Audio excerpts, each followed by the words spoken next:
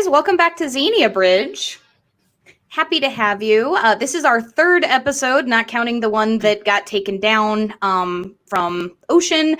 The tail end of our last one ended up getting cut off a little bit at the chill section, which I'm a little sad about. If any of you guys missed that, by the way, links to the stuff that people were talking about are actually in the description of that video. So if you guys are looking for the interview that we did with Christy Abbey and I, or the one that she did with Jen, those are both in that description. Yep. And the collaborative that Christy Abbey did with Jen and I is also in there. But welcome currently for our current guests, Divine Disbelief. These guys are longtime friends of the channel. We actually go all the way back at this point to before I even started my channel. We ran a show together that we currently are continuing on their channel called Secular Literary Circle. So they are a shining example of that atheist and polytheist allyship that we talk about so much. So welcome, guys, to a different venue. I can't even remember how I met them, but I know that I think I met Susan first. You did. Somehow. Like a while ago, like before I took my hiatus. A while. I think we've been friends on Facebook for forever. A minute. Yeah, because I took an 18-month hiatus, and I want to say you were around before then. And it's been like a year since I came back. Yeah. And then Nathaniel just kind of waited. Yeah.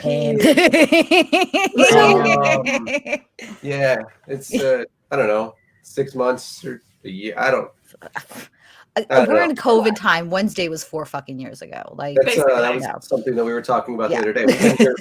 We have I've been here. Today is the 6th, so I've been in Portland. We live in Oregon. Yeah. That way, hey guys, want to dox us and quit the video? We live in Oregon. Hi there. I actually picked a bridge from Portland specifically for the thumbnail because of that. Saw that. This is the city of bridges, also the city of roses. And that was a hint we gave out a few times to say where we were going to be moving to, and nobody got it. Crazy. No. And we actually, because I've been here right now, I got here March 9th. That sounds about right. Yeah. That was yesterday. Yeah. What's been going on is everything is like every single day, basically. Yeah. And it's actually kind of amazing how it's gone in that we were doing so much stuff while we were both working. And now we're in this like never leaving the house almost kind of thing, and don't have time for anything. It's like, right? Yeah, I don't even have to drink anything, which honestly probably a positive, but still. Right. Okay, so I'm not the only one that's been busier since. Yeah, as an introvert, I feel like I'm getting bugged a lot more by everybody since COVID started. Like, people are sitting there going, oh, we're so isolated. And I'm like, I've gotten more extrovert phone calls, like, since COVID started than I have, like, the entire time that I existed prior to that. It has been absolutely nuts. I've never felt this exhausted as I have since the conversion metric for COVID time. In American, 1 day is 6 months. Yeah, especially when you have an 8-year-old at home. Make that 8 months. It is. What is it now? We have 100. I did the math today. 106 days until November 3rd. Which, if you're not in the United States, yeah, I know. Don't do that. I'm just saying it seems so long away. The general election day in the Yeah. United States. That's when we, if there's at least one God, get a new president and hopefully a new Senate. And if it's the Christian God, we're gonna wind up with fucking Kanye West. Yeah, he filed as Ye, by the way, just so you know. And yeah, I read it today. And I thought he filed any paper at all. He filed today. And as that has happened, the one thing, there's two things that I can thank this person for. It is people actually care about politics in the United States. That's like the first time ever. And then secondly, this shit is just like flying by. There is a new racist thing that he says, dumb thing, wrong thing. Daily. 135,000 people dead thing. Loki, don't you dare. Yeah, Every Loki. single day there is something. So I thank him for that. No, it's okay. It's not me that's realizing it's getting way more blatantly racist, right? Like by the day. Yeah. Okay. Well, I thought it was me. I thought, quarantine petty was kicking in and I'm just irritated and looking for things. Okay. I mean, it's been getting more and more blatantly racist since, the Cheeto in chief took office. Like, let's be honest there. No, but like the last 2 weeks have because of the BLM protests, people are getting upset about it. Which I do want to track a couple seconds back first to how we all met, because we have a really weird story about how me and Divine Disbelief met. Nathaniel, I don't know if you remember, but you got tagged by Callan on Twitter, and that's how you and I started talking, because Ocean was also trying to get me to talk to you, and it was because of the fact that you were moving to Portland and I go fossil hunting, and so Callan was like, the two of you need to meet. And then Susan and I actually met because she came onto a guest spot on the channel that must not be named. I don't even remember what we were talking about, but I remember that afterwards we talked for almost 3 hours. Yeah. And she was gearing up to move. It was a couple days before she was about to move, and she was scared to death because of health issues, and COVID was just starting to pick up. Yeah. Callan tagged me. I remember that time period. That doesn't seem I remember that. Back when it was just Kickstarter. And then we figured out that we had the same birthday, which is really weird. I didn't know you guys had the same birthday. Yeah. Yeah, D-Day. You do. Shit. So, Yep, D-Day. Yeah, so now people are going to go and do their history. You're Americans. You're not going to do that. Yeah, you're Americans. You're not gonna if it's not on Twitter, Americans don't care. You know that. Exactly. Yeah. Yeah. So now that we have successfully shot the shit, wait, I need to shoot one more shit. One more shit? Look Which how direction? cute fucking Nathaniel and Susan are, though. I gush about this every time they're in the same room together. They are they give me hope that maybe I will have something functional one day. Possibly. It's him. all You don't lie. You know it's completely you, and that's that. Yes, we got some. But we have one question that we ask at the beginning of every interview, which is, I forget every time. You're the one who came up with it. That's what's hilarious is you're the one who came up with it, and I'm like, we have all of the ADHD in the room yet again. All of our guests are neurodivergent, and so are we. So expect this stream to be as much of a shit show as the last two. At least they're fun. Morning. We know never to hold anything I come up with past midnight. Hey, you know what? It works. So now that we've officially ADHD'd off the cliff and into the river already, what does allyship between our communities mean to you guys? Stuck on me. You go first. No. Why? No, I've been talking. I love that. So to me, allyship is not only being able to get along with other movements and other interests. It's about making sure that you are standing up for other people within those movements, because it's always really, really important to quote unquote reach across the aisle, in whatever sense there might be, in order to, make sure that you'll have each other's backs, and make sure that whenever you're supporting them in their fight and they're supporting you in your fight, it's about, just reciprocity is the term that comes to mind. Yeah, exactly. That's a good word for it. I like it. Yeah. Same. Mm-hmm. Yes. Nathaniel's just like, yes. What she said. Yes. Yes. Yeah, the day that will live in infamy, it's in a comment, is December 7th, 1941. June 6th, 1944 is simply D-Day. So that's right. You guys are right before my birthday. I should have remembered that. I'm sorry. Everybody's birthday is in June, apparently. Everybody. What the fuck was going on that prior September? What was there? Is there a thing? Fall is what happens in September. But it's usually nice out and people go out. My mom, my son's October, and you would think that there would be more people in October because that conception is January, February, and people would be inside more. February sucks everywhere. February, shit. Fuck February. Fuck everything about February. In general. Except My ex's birthday. No, my ex-husband's birthday is in February, so I just ignore the entire month. Yeah. At this point. But then if we just got rid of February, Jen, then we would like have to recognize that Black people exist always. So oh my God, that's not allowed in the America. You know that. It's not allowed in the America. Press F to pay respects for the focus of the stream. Now, it is nice though that it moved up, by the way, from 54. 57% of Americans support what Black Lives Matter stands for. And we actually go over this in an upcoming video. Very excited that 57% of Americans think that Black people should be able to stay alive. Appreciate that, America. Way to, we're making it. Yeah, it's yay.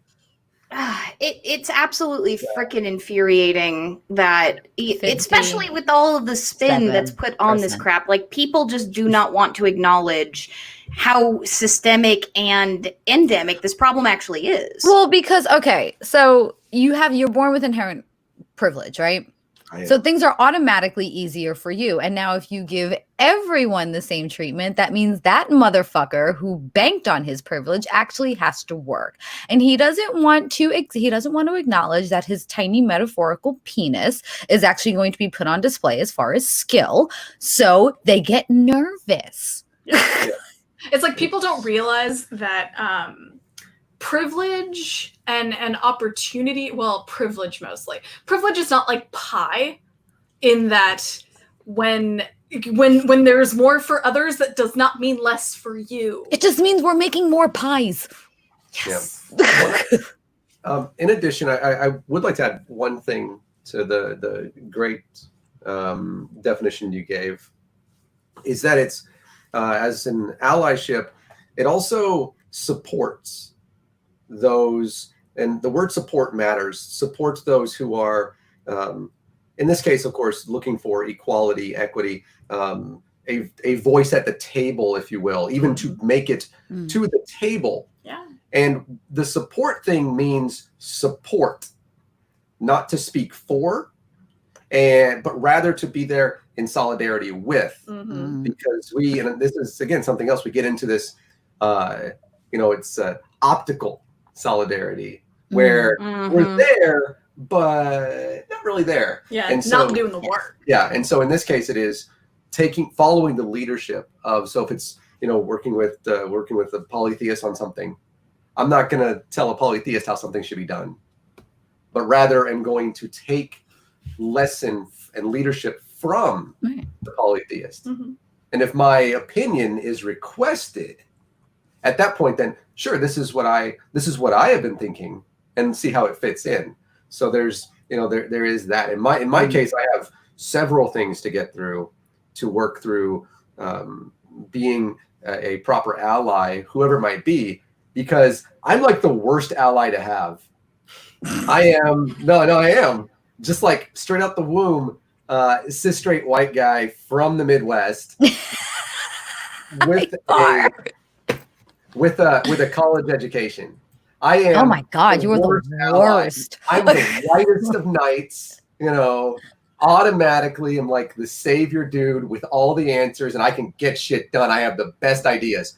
That's like you. Me. Oh my God, you're like the ally Save-A-Ho, Captain. Yeah, Save-A-Ho. exactly. Wearing this shirt right here, I might as well be gay. That is the concept of white America, and so that is something for me that has been like, this is me, like with this awesome shirt on. Also, he should be president, but whatever. You and I are gonna fight about that, but okay. I don't care. Elizabeth Warren is who I voted for. You. So, and, I love you. The walking into a room wearing this is simply saying that I'm standing in solidarity with and looking for opportunities to follow.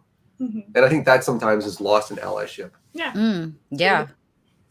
Well, and actually, I think that our show that we do together every week is a perfect example of that. In the first couple of chapters of the book that we were going through, Heaven and Hell, A History of the Afterlife, you guys actually let me talk extensively about not only correcting certain things that, airmen kind of either got wrong or didn't go deep enough into to fully understand, but also to kind of discuss the nuances of Greek culture and religion when we were at that point where, when we got more toward your expertise, like you ended up stepping into that to add a lot more to it. Yeah. Like that, recognizing each other's strengths, I think, is also important, and being able to defer to each other's expertise. Like I consult you frequently on like New Testament stuff. Yeah. It helps that he not only really, really enjoys studying that stuff, but he's also just he's like a sponge. Can I get an H in chat for ADHD hyperfocus? Like that energy is big, strong in this room. Yeah, but like Nathaniel gets super passionate about it too. Like it's this drive of he gets really, really focused into it and he absorbs everything, and then he has to go like everybody needs to know because he needs everyone to be as passionate as he is about it, and this is awesome, and I need to tell everybody about what I'm doing, and I love that about you. Yeah, we literally both do that, and we've done it at each other. Like to the point where one of us will be in a rabbit hole. Nathaniel, do you remember this in chats that we've had? Like one of us will be down a research rabbit hole and the other one will be like, I got to tell you about mine though. Yeah, it's like, wait. And I've been in chats with Nathaniel where he's been studying something and it's just like information. And I love it because I like learning shit that I don't have to go read myself and go look up myself. So I'm like, Nathaniel, do you know about this? Tell me. Like, tell me all the things. Like, I want all the things that I'm taking notes. Yeah. Mikhail, by the way, the thing was, might as well be gay. Why not be gay? Because I'm just not. Because he doesn't find men attractive. No. It's her.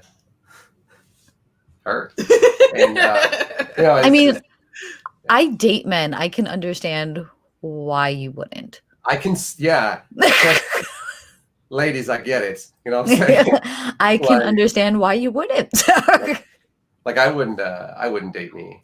Just saying. I don't know. Oh, what this thinking. Well, while we're on that subject, by the way, if you guys aren't following these guys on Periscope, like you are missing out. If you want to talk about research rabbit holes and geeking out and having great conversation, which is where half of the title for this video actually came from, Nathaniel and Susan do these, like, they're not really regular Periscope streams. They're just kind of, they seem random, or sometimes they correspond to like dates or special things. There was a really good one that happened on Easter that was extremely interesting where he talked about the resurrection.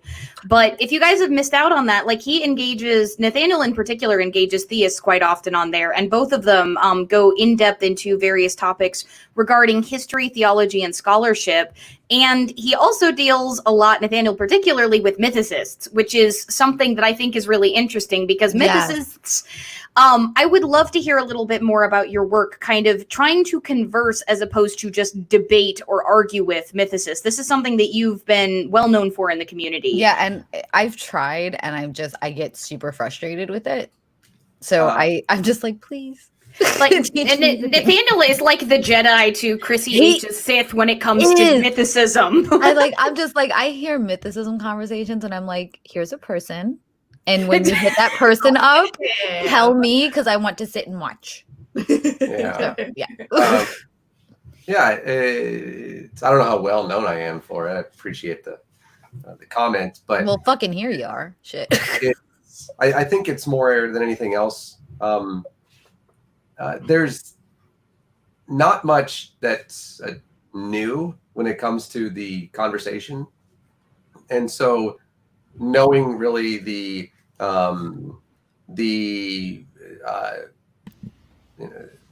idea that a person has, and really kind of getting into why they have it first. Most atheists I know that that are mythicists usually don't know why they're mythicists. It usually comes down to something like a bit of a negativity toward Christianity, and it makes it really, really easy to be like a hand waving thing. If you hand wave away the fact that Jesus existed and you're like, nope, then it's really easy to be like, see, Christianity wrong. That makes And so I found that a little bit of education with that usually works. And it's like, okay, what are I usually ask questions. What are some of the reasons that you don't think so? And really, that at that point, then it's almost what Magna Bosco does, right? Where it's like epistemology type stuff. Like, what are some of the reasons that you think this? What research have you done? And then it gets into me talking about Richard Carrier. Because of course it always goes there too. It always fucking goes there. What I find fucking hilarious about mythicists is, oh, Jesus didn't exist. But we'll completely jump on the Ragnar Lothbrok existed train because, Vikings are cool. And this guy definitely existed. And it's like, wait, like, same premise. Yeah. Why does this person exist and why does this? Well, he had sons. Okay, you haven't read a fucking history. But I mean, like Jesus had a brother, ... Yeah, what the fuck, dude? Like, Jesus had a brother. We don't even know where Ragnar is buried, yet people are claiming Jesus is on a cross somewhere in a fucking cave, and I forgot how that shit worked out, but still. Magic jump happened. That's what happened. And it might be this toxic masculinity shit because Ragnar Lothbrok is the fucking man. He's fucking Ragnar, and he birthed these amazing fucking hot Viking axe wielding fucking people that slaughtered and pillaged, and it's masculine. We get an F-bomb counter for Jen in the chat, please? Like if somebody's got that kind of patience. Just like a clicker. But like I never understood how they can argue so solidly that Ragnar Lothbrok existed, but will just completely deny that Jesus did. And then, well, it is. It's one of those things again where it's more personal for most folks. To most American atheists, which is always fun for me to say, are hey, according to my Google metrics, only about 2/3 of my audience is American. Like between 1/3 and 1/2 of my audience for most of my videos is not from this country. Sure. Nice. I think most of the atheists I talk to are from the United States, and we're former Christians. And so there's something a little more personal there. And thank you, Side Chat, for reminding me about your Second Amendment. Congratulations. Y'all want to argue the Second Amendment? We can right now, but I may trip you the fuck out with the way I explain shit. It's not going to be what you expect. And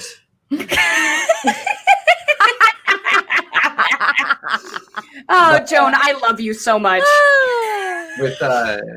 With them being, having that detachment from Christianity, there is some toxicity left with a lot of folks, and so it comes down to that very easy to hand wave away, and then sometimes it's like the gotcha type things where most everybody they know is Christian as well, and so for them it's like, no Christian, no Jesus, no Christianity. Because your Bible says that. Your Bible very specifically says in 1 Corinthians 13 that if Jesus is not raised from the dead, then our faith is worthless. And he couldn't have been raised from the dead if he's gone, if he never existed. And that's usually what it comes down to for most of the folks that I speak with. And most of the time is a lack of knowledge. And so then it gets into, okay, well, let's actually get into the information. Let's talk about, what this stuff actually is. Let's talk about what historical methods we use to come to conclusions, at least currently. Most probable cause. Then. So that's where we are. Well, and like reduction to the most likely explanation, I think was the way that Callan explained it in a video that she and I have been working on.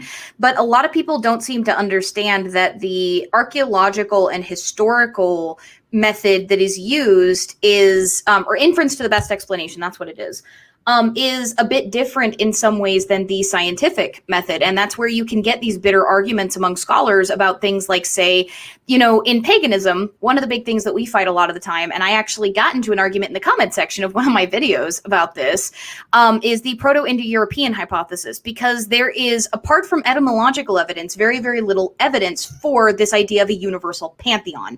There's some correlates that can kind of be drawn, but you kind of have to pull like what's his name again? Frickin' Campbell. You have to pull some Campbellian nonsense to shove all of the different mythologies into these archetypes that they claim. And when you come to, gods like Pan, for example, when you try to project that, it doesn't fit. And so there's like these assumptions that then have to be put forward. And that's part of the reason why that, even though there are people who talk about it, they're mostly etymologists who are looking at like Proto-Indo-European European language rather than religion, and trying to stick those two together doesn't work so well. You get the same thing, I think, with mythicists and with certain other people who want to believe certain things about history. You want this objective, quote unquote, scientific evidence. You want this accounts that were written right then and there, when that's not really how it would have worked in the first place. Like, unless he'd written something himself, and like not all rabbis did that. So, and we also have to remember too, history is written by the victors, and we're seeing that press have to pay respects for every pagan who heard the word Campbell. We have to. I mean, even living in the U.S., we're now looking back and going, "Holy shit!" The history that we were taught was not accurate. Oh yeah, the Trail of Tears, the Jim Crow era, the slavery. Hold on. It's not a Xenia bridge unless child invades. Either child or cat, one or the other. I think what's also interesting, though, and what I wanted to mention to you, like when talking about mythicists, I think child has made the appearance for the night. Yeah, it did at least once, usually toward the beginning. Yes. We're still within the half an hour window, even. Like, I know he was on early time tonight. He was super early tonight. But yeah, I'm sorry. History was written by the victors, so people are pining on history, and it's like Jesus probably wasn't really fucking popular back then, so history may be written a bit not to his liking. Well, I mean, like, even his sect doesn't appear to have been that powerful. In our, like, in secular literary circle, we went over how, like, the Pharisees, of which Jesus probably was one, like, they were not actually the dominant sect. The Sadducees were, but they were so popular, there wasn't a lot written about them. Mm-hmm. Yeah. There's actually something that, again, we have in the video from what you were mentioning, Jen. I actually wrote this Sunday, so yesterday, that I remember when it was actually edgy for me to want to scrub the faces off Mount Rushmore and to tear down George Washington's bullshit and not celebrating Thanksgiving and all this other stuff. And now it's just like everybody's doing it. I'm like, edgy trends always become mainstream. I mean, I remember 20 years ago, this started up in New York 20 years ago, where we're like, hold the fuck up. Wait a minute. Wait the fuck a minute here. Like, we've got Grant Park, we've got Grant Statue, and we're all looking like,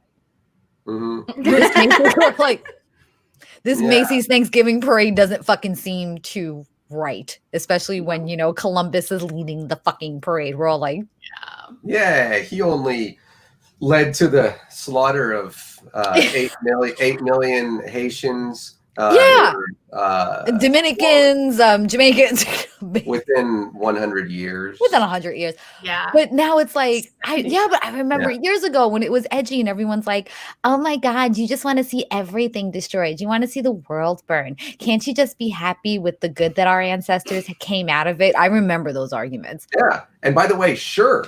I am 100% on board with the fact that George Washington was the first president. That's a fact. It's fact. It's the opposite of building a fucking statue of him as if he was some, image of absolute. Say again. Or carving, faces into sacred mountains. That's a problem too. Building an obelisk, in his honor, which weirder than a statue is a big dick in the middle of a town. So this is an arbitrary plug, by the way, for Jen's making men into gods commentary. Making gods of men, Making gods of men. That's directed mostly toward the atheist community, but I feel like that applies here. Anywhere. There's a George Washington statue in southern Manhattan. And it's because this is where the British were. He was standing on Staten Island. The British were on Staten Island. He was standing in southern Manhattan when they read the Constitution for the first time. And I was just like, Declaration of Independence. I was like, that fucking thing, and I'm like, one of the slave papers, the one that was written by the other slave guy. The other slave guy. And I remember And, we had gotten into a conversation about it, and I got told to go back where I came from, that I was un-American, that this person's family was slaughtered in the Revolutionary War, and this monument is a testament to their lives. And I blinked for about half a second. That's a very slow blink. But no, and then went, my family members were actually standing here with Washington while he fucking read it. Right? Like, they were here. Dude, take the fucking statue down. Why the fuck is this here? Like, they were standing on Staten Island. Later, we turned that into a fucking dump. Like, why is this statue all of a sudden so fucking important? Why? Yeah.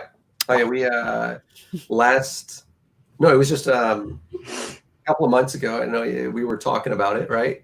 And it was like, we got, start renaming things, and, maybe it's time to actually have the conversation about George Washington statues coming down. Yeah. And then, as we do in Portland, where we basically invented protesting. Mm-hmm. Again, George Washington. Now, hold on. George Washington probably figured out how to protest, and he was talking to Jefferson. Let's go learn this from Portland. They seem New York. Yeah. No, New York City Civil War drafts. Yeah, we invented protesting, bitch. Okay, and rioting. Portland and that is why we were the first city to tear down a George Washington statue. We tore down the rich people's houses. Okay, Heracles uptown and set the rich people's buildings on fire. Heracles is correct, by the way. Yes, we do have that. That was what? You showed me that the other day. It is in the Smithsonian. It's not in the Capitol Rotunda. It's in the Smithsonian. Yeah, I showed that in the upcoming video. Yeah, which it looks like that's in the Capitol Rotunda. It's a monstrosity. It's really, really. It is definitely Zeus. It is. Yeah. It is made out of marble, I think, and absolutely it's meant to look like Zeus on purpose. And he is I actually, because I showed it to you the other day, we're putting in this video. It's actually George Washington was like not the epitome of divine justice by any means. No, he had 2 teeth when he gave his inaugural address. And and what I didn't know, speaking of teeth, he didn't have wooden teeth, but the teeth that he had were slave teeth that he got from the slaves. Some of them, yeah. I want to address Mikhail. Am I saying that right? Koning. Did I have a hand in setting those on fire? No, but my family did. My family were the ones that marched from downtown New York in the 5 Points and lit the homes of the rich people on fire. So we're the original eat the rich motherfuckers, and therefore we fucking win. Okay. Well, while we're on the subject of protests, you guys about a year ago were actually pretty heavily involved in the pumpkin protests, weren't you? Yeah. So Nathaniel had right when stuff was sort of not really just getting started, but it was towards the beginning of stuff. They had that conference. What was that conference called? It was it was in Orlando. Yeah, something that. Yeah, it was at he had 117 slaves, but it was at the anniversary of the Pulse shooting. Yes, I want to say it was in Tampa, right? It was Orlando. Orlando? No, was the conference in Orlando, or was it? It was in Orlando. Okay, cool. Yeah, they did it on purpose. Yeah. So we got folks in the chat reminding us it was the Make America Straight Again conference was what it was. Yes, that was it. Yep. By the way, Leah Bryant there in the chat runs the r/NIFB or anti-NIFB subreddit. So if you guys are interested in the ongoing work that has been going on taking them down, Leah, from what I understand, is ex-NIFB and is trying to help bring people together to fight them. So that's part of the reason I was excited, actually, because I know that she's been, in almost all of our streams since we moved over here, actually, because we were going to be talking about something she's been nagging me to talk about for a while. Yeah. Leo, we told you we'd get to it. We told you. Give us time. So they had like an open phone line for like having phone calls to Tommy McMurtry, and so I know Shay was one of them. Shay was definitely one of them. Yeah. Nathaniel Shay is also the master archivist for a lot of the footage that was used in the pumpkin takedowns. Yes. Nice. Yeah. So Nathaniel was able to get through and talk to Tommy McMurtry.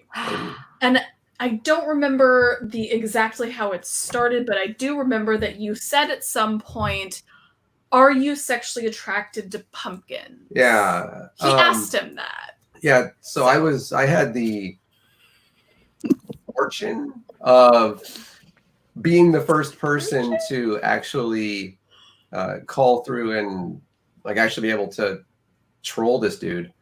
And I know that others, thankfully, I know that she went by the dudes. She's up in the Northeast, I think. So we've actually got a question in the chat. Somebody's not familiar with the Pumpkin Saga. So do we want to do a quick overview of who the NIFB are? Yeah, we probably should. The TLDR basically is that NIFB stands for New Independent Fundamentalist Baptists. They branched off of obviously Independent Fundamentalist Baptists because the IFB was not as awful as they wanted to be. So the NIFB preaches from the King James Bible and only the King James Bible. There are videos out there of them burning other Bibles because they say that they're not as accurate of translations as the historically on record worst translation currently circulating of the Bible. Yeah, exactly.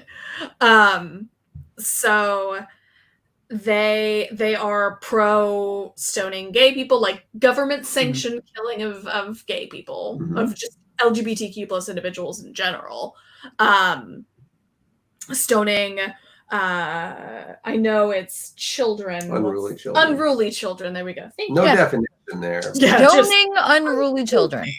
Yeah, to make an example of the other ones. Exactly. None of us would be alive if that actually happened. Recently, one of their pastors was on record on YouTube, it was a couple months ago, saying that he didn't want his daughters to be independent because they should rely on their husbands. And he said that his wife shouldn't be independent because if he dies, she needs to get another husband to rely on.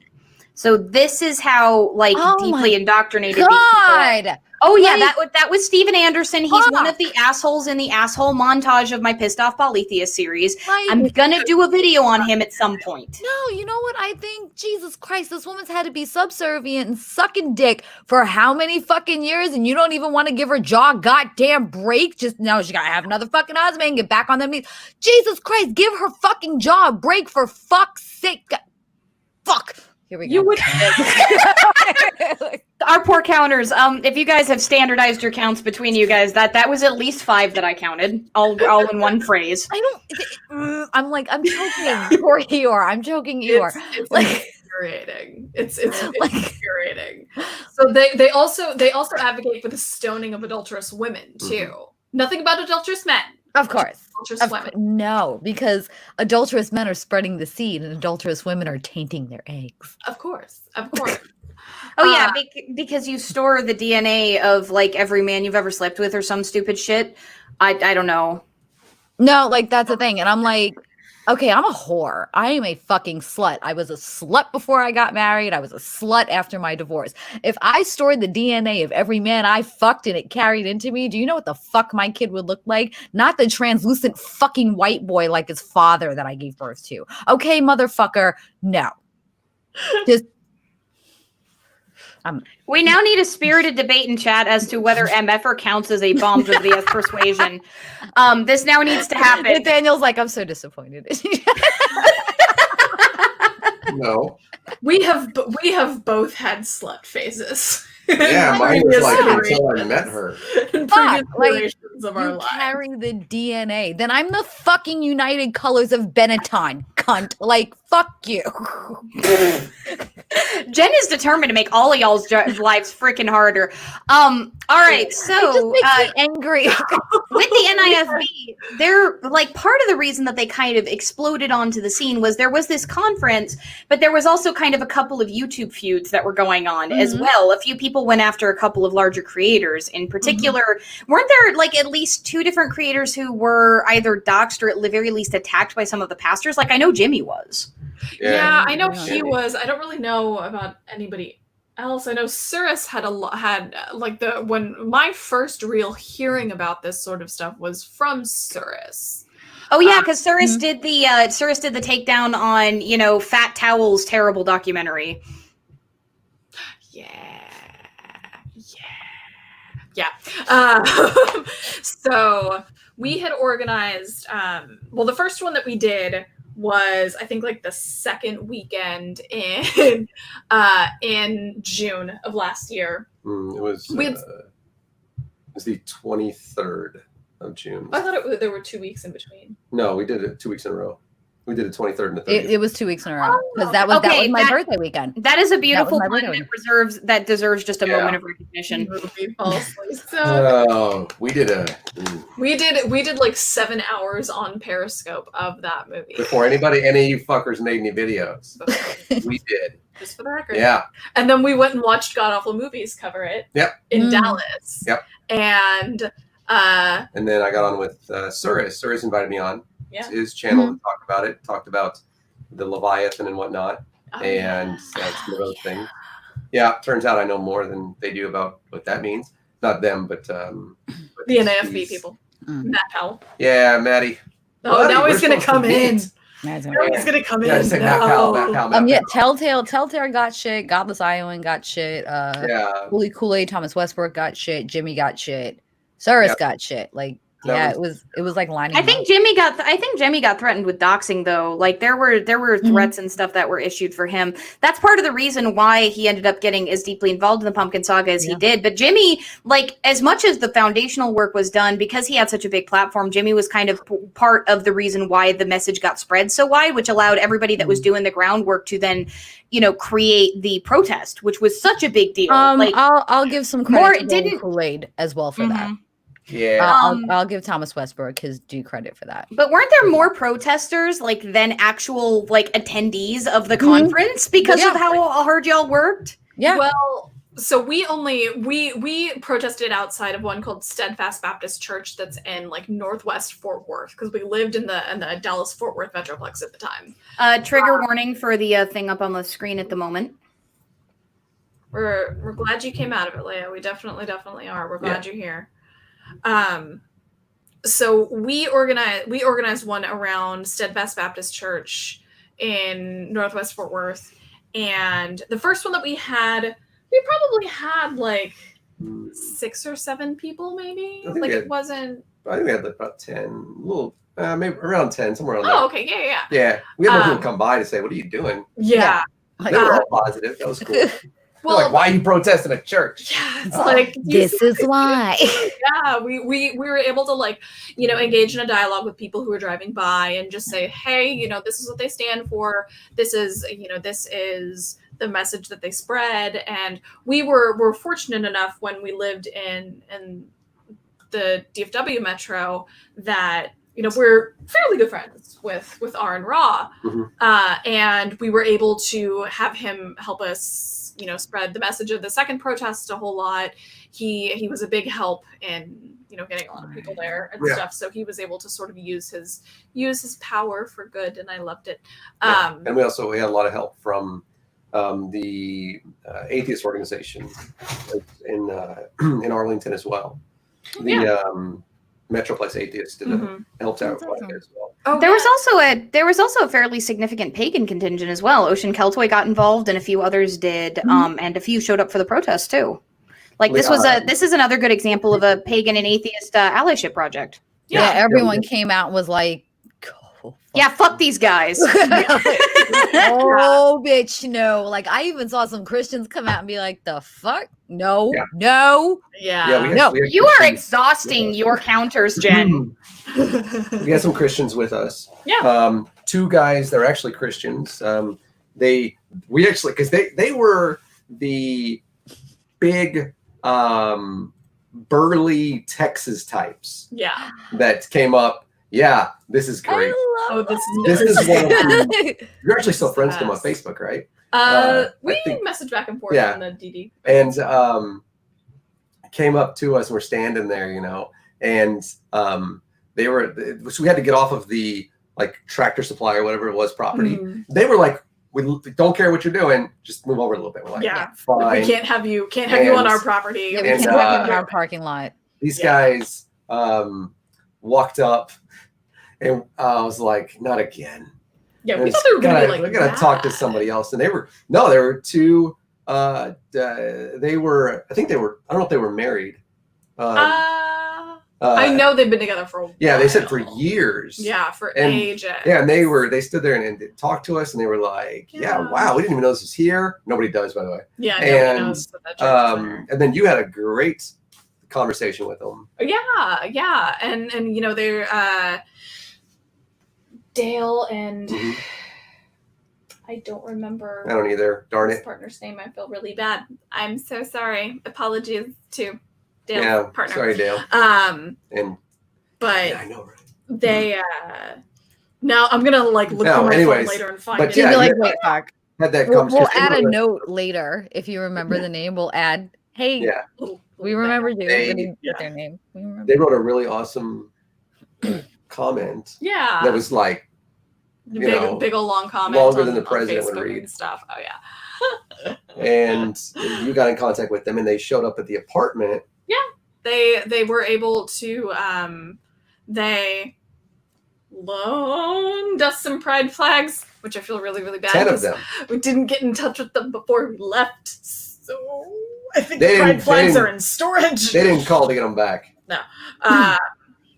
Well, and you know, it's important to note too, when we're talking about this organization, these people are arguing that it is a divine mandate for the federal government to kill off LGBTQ people, that we are a scourge upon the earth and that the government is called by God to kill us. Like, this is something, as a bisexual person, as somebody who classifies under trans, I have to mention. Yeah, they're calling, it's pretty much they're calling on the government to eradicate us for being a public health crisis.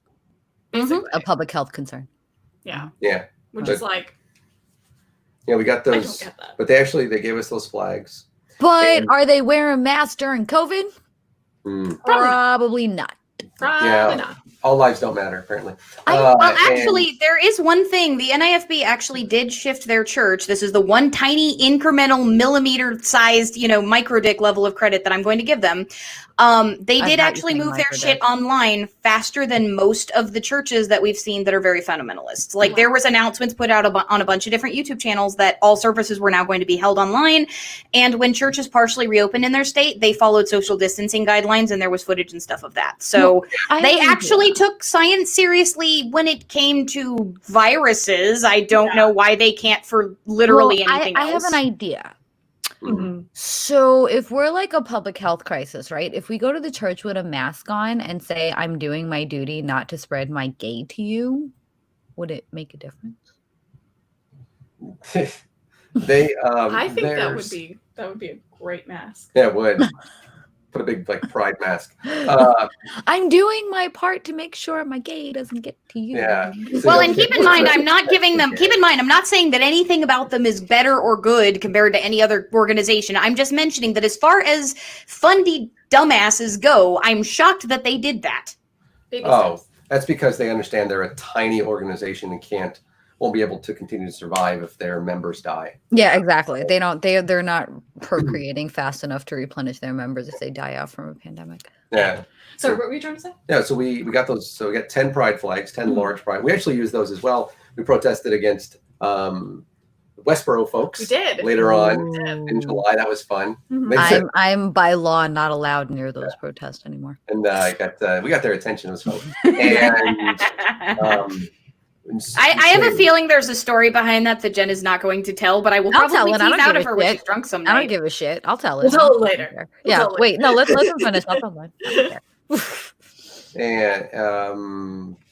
And we had at the second NIFB protest, we had more protesters than they had 35 parishioners. or 40.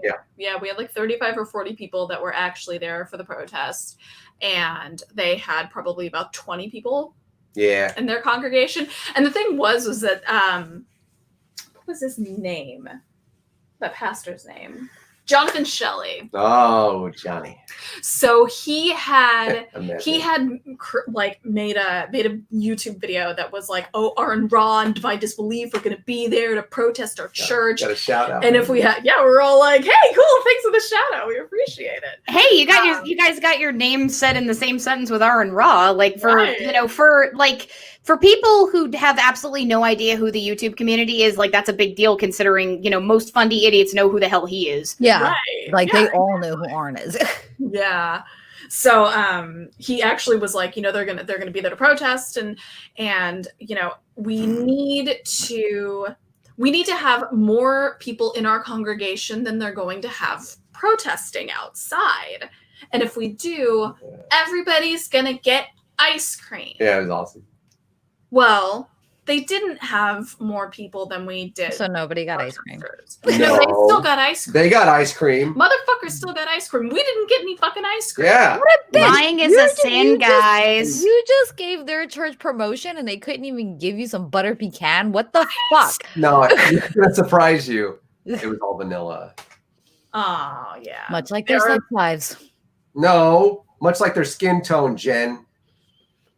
I wasn't trying to go there, but okay, you're not wrong. Okay, you're not. My wrong. jokes are not that difficult. I know.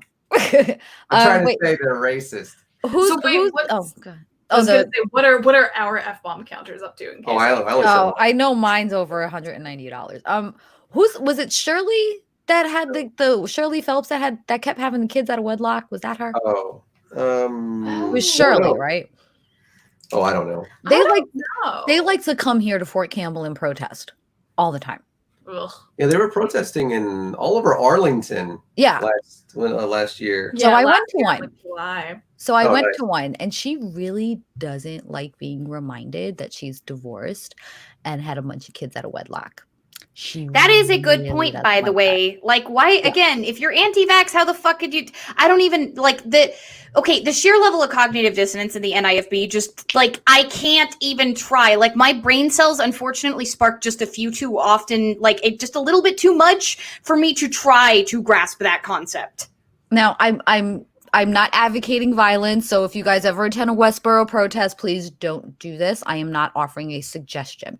Or any protest unless the cops start tear gas. Yeah. Also, this incident occurred in Minecraft. I'm sure. Allegedly. So we're calling up that, if she wants to be such a good Christian, is she going to repent for having children out of wedlock, getting a divorce, or, we're just going to ignore this? And she got really mad and started spitting at the crowd. And the cops wouldn't do anything. Now, here we always bring like bowls of fruit. We bring snacks for protests and stuff. And she spit and it went like just past my face. So I picked up an orange and threw it at her. And yeah, so the cops had asked me to leave and she threatened if she ever saw me at another protest, she was going to have me arrested and file charges because they actually have me on video throwing an orange at her fucking head. God damn. He got a photo of him flipping off the protester. Press F to pay respects for Jen's protesting ability. See, this is the reason why Jen is only allowed a flamethrower. If I gave her anything larger than that, there would be no earth left when we were done with these streams. You don't fucking spit at me. You don't fucking spit at people. That's fucking disgusting. You damn sure don't spit at fucking me, bitch. That's assault. I'm going to assault you back. Fuck off. No. Our poor F-bomb counters, guys. Like you got your efforts are valiant, and like this is the reason why I keep putting it up. Not just because it's a meme, but because the fact that you guys are still doing this is glorious. But that actually gives us a pretty good transition into talking about, Susan, your stream that happened like just before you guys went on hiatus, talking about conversion therapy and such, because like that's another side. That is the, so-called kinder, gentler homophobia, like you've got the NIFB, which is like, kill them all. And then you have these people who are like, kill them all slowly. Yeah. So have them take their own, trigger warning, have them take their own lives instead of killing them directly. Yeah, that's usually what happens with people who undergo conversion therapy. You got to stand in the chat. Throwing hands justified. That's funny. I didn't throw hands. I threw oranges. True. That's Next true. time it's fucking pumpkins. So whenever we did have like a hiatus before that we had for a little while, that we were sort of just, you know, we were strictly doing like news and opinion and stuff on our show, and you know, we took a step back for a little while, and when we were like, okay, you know, I think we're both in a good place to start doing this again, you know, we reworked some stuff. So we had decided, you know, we're still going to do the secular news and opinion stuff, but we also want to do like book recommendations and channel recommendations. And the one thing that I'm really proud of, and you know, on both of our instances, because he's done some amazing deep dives, is the idea of the deep dive. It's, you know, one particular topic that we focus on, you know, and we do research on it. We have citations for the research, and we basically do like a sort of pseudo little book report. So you basically write a mini paper, but on YouTube and video essay format, which is, exactly. Again, if you guys enjoy that sort of thing, please go check out their channel. It's on the recommendeds as a channel ally, because I do streams there every week. We're doing that sort of thing every single week with our Secular Literary Circle book club. But the link is also in the description for anybody catching this on the playback. Like, they're awesome. You guys should definitely go check out their back catalog. It's a lot of longer live streams, but there is so much info there. Yeah, and so he has done some really fantastic ones. He did one on you know, was Jesus an actual person? He did a really great one. I did one on the Christian music industry. I did one on leaving the faith as a Christian influencer. He's done a two parts of a 3-part, I think, of the stuff going on in Hawkins. Oh yeah, as well, in Hawkins, Texas, with the Jesus welcomes you to Hawkins sign. That's such a fun. Oh, I know. It's such a good one. Oh my god, it's like, is this real? Oh, I mean, yeah. So one week, so I actually only semi-intentionally Secular Caucus. Oh, Secular Caucus. So nice. I only semi-intentionally wore this shirt because it's for the Texas Democratic Secular Caucus, and I was the treasurer for the Secular Caucus. Oh yeah, I got a trophy for being the treasurer. Treasurer. So one of their sort of pet projects. When Susan said, I'm going to comment on that one. That is a horrible joke. I am as well, because there's misconceptions there. But go ahead. Well, no, that's what taught him to call his wife mother. That's how he gets through it. Go ahead, love. Everybody's grinning, waiting for their opportunity to pounce on that comment. Do you want to try to finish your thought, or do you want to let the ADHD flow for a second? So I'm gonna finish. Where do you think he learned to call Mrs. Pence mother? It's part of that. Jen, be good. Jen, be good for a minute. Let her finish. Y'all can jump in a sec. So one thing that the Secular Caucus definitely had as a sort of main passion project was the focus on the ban of conversion therapy. They staged a protest outside of a conversion therapy clinic that's actually in Addison, which is just north of Dallas, and they circulated a petition to get it banned, and they've been working really hard on making sure that they can get as many legislators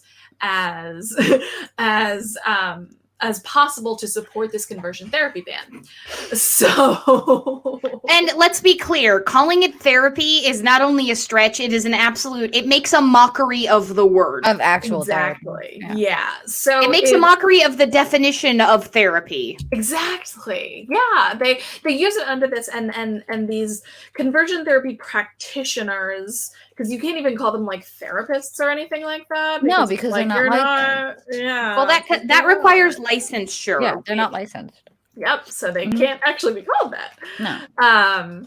So they use methods that are not only scientifically proven to not work, because a good portion of the people. I was going to say majority or portion. A good. No, I think we're going to use Mortian for. We're just going to combine those words now and use Mortian. I like it. I like it. That's a good portion of the people who undergo conversion therapy. Their sexuality and their gender identity, they don't change anything. Okay, It's by a just good repression. portion, you mean all of them? All of them. Yeah, all of them. well, No, it doesn't. It opposed doesn't to- change anything. It teaches them how to hide it better. Exactly. Yeah. As opposed to the ones who are all like, I've totally changed. And then it's all like, you haven't actually changed. That actually was perfect with the I way want to that it touch on the turned it. counter side of that real quick. What that Yeah. also does, especially with men in the gay community, is it drives them underground. And underground, they're going to be less likely to participate in safe sex. They're going to be less Yeah. likely to be informed about safe sex, therefore spreading disease not only to the secret partners that they have, but their apparent part, their wives. The wives are carrying it on to children. Yeah. And it's so destructive and it's so detrimental. And that sounded That was very loud. That sounded very refreshing. What are you gonna do? It's burr. That was like the Sorry. kind of that's the kind of loud that happens in like the theater commercials when they have the cracking sound with the Coca-Cola things before the movie starts. Guys, give me a second. I think my kid's beating the crap out of something he shouldn't be in his bedroom. Just keep going. I'm just Nice. letting you know. Check on that. Well, Well, Susan, I actually popped up your comment. If you want to go down the Okay. ADHD rabbit hole you guys were talking about. So that's um, him. Okay, That's him so commenting apparently on me right now. Okay, so apparently, Nathaniel, I guess, if you want to go down the ADHD waterfall for a half a sec while Jen's elsewhere. No, not really. No, there's a lot of nuance involved in that comment and stuff. That's somebody recently started spreading, not recently, whenever he was going to be vice president or whatever, but that Mike Pence was in favor of like not just conversion therapy, but also like electroshock conversion therapy, and that's just, it's not true. There's actually laws in Indiana that make that conversion therapy illegal, and that's happened while he was governor of Indiana. He's done a lot of really shitty things to the state. Yeah. Like, basically deregulated firearms altogether, including, sawed-off shotguns, which most of the guns that go to Chicago come from Indiana because of him. And that's led to a lot of deaths. But when it comes to conversion therapy, he's certainly not marriage equality. He's not pro-marriage equality or anything like that. But he's also he's also against conversion therapy. So that's just an important thing. He's a dick, but he's not that. Yeah, kind of a dick. he's like a 6,000-year-old Earth guy. So pick your poison, I guess. Yeah, that's true. He's not a good person. He's a horrible vice president. Yeah. Altogether, he's when it comes to like him and Dick Cheney, it's tough to really rank them. Yeah, but Pence hasn't shot anybody yet. Not in the face, or Yet. as far as we know at all. Yet. Dick Cheney's not shot somebody in the face. Although with birdshot. considering Pence don't probably has the, I can't say that on YouTube because I'll have the Secret Service at my house. So let me just, let me Press F to pay respect for Jen and any sort of privacy she might have ever had. I gave that up like 12, 15. Also, the FDR I want to counters. say I gave that up September 12th, 2001. Also, I think FDR that's counters. You guys are back on duty. Congratulations. Yep. Yeah, so it's just important to know that. And there's a lot of nuance that comes into that. He hasn't been, by the way, if you love guns, that's fine. I'm not advocating against guns. What I'm saying though is for a guy that is like, but Chicago and the blacks, his state supplies a vast majority of the guns to Chicago. Mm-hmm. He walks a double, like a double path on that. So that's what it's about. You want to keep your guns, I understand. Hashtag 2A, shall not be infringed, all that shit. Hey, I'm a gun owner. However, you can't sit here and talk about how the blacks kill each other when they're literally coming in from the fucking rednecks in your state and being sold on. Black people are buying them on the street from the rednecks that are buying them as easily as they do in Indiana. Yeah, where there are like no regulations. Yeah. So same way here in Tennessee. So he's led to a lot of people dying because of the things he's done. But again, not in favor of conversion therapy. So, if you follow Divine Disbelief, first off, sorry if you we'll post a bunch of things later showing that it was something that I saw whenever he first was inaugurated or whatever. And I love the way you said that. So, all right. Leia wanted to make sure that we got that put forward really quickly. That from the previous topic, the NIFB, they are quiverful. Most of their people are, and they are, completely against birth control. They claim that pregnancy is its own natural birth control, and that God gets to decide how used up you are by the end of your marriage. Okay, Quiverful. If you want to go and have 12, 13 kids and you're consenting to this and it's not because some fucking religion told you to, and you genuinely want this big of a family, that's great. However, every time I hear the word quiverful, I get douche chills. Yeah. Yes. Okay. I'm not the only one. Just an important note. It's a political movement, if anybody doesn't know that. Is it a political movement now? It is. Like, the whole idea is outbreed the atheists. Yeah. And also, we're all whores, honey. Good luck.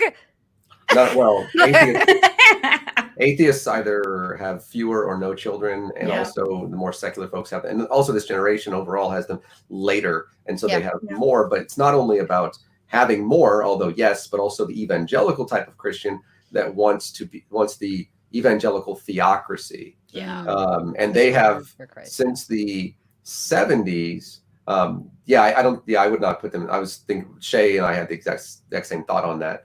But since the 70s have been pushing for a kind of civil war. An army of Christ is what they call them. Yes. Yeah. But and that's actually where the quiverful name comes from. Is there's a Bible verse that says, let your seed be your quiverful of arrows, and the whole idea being let your children be your quiverful of arrows.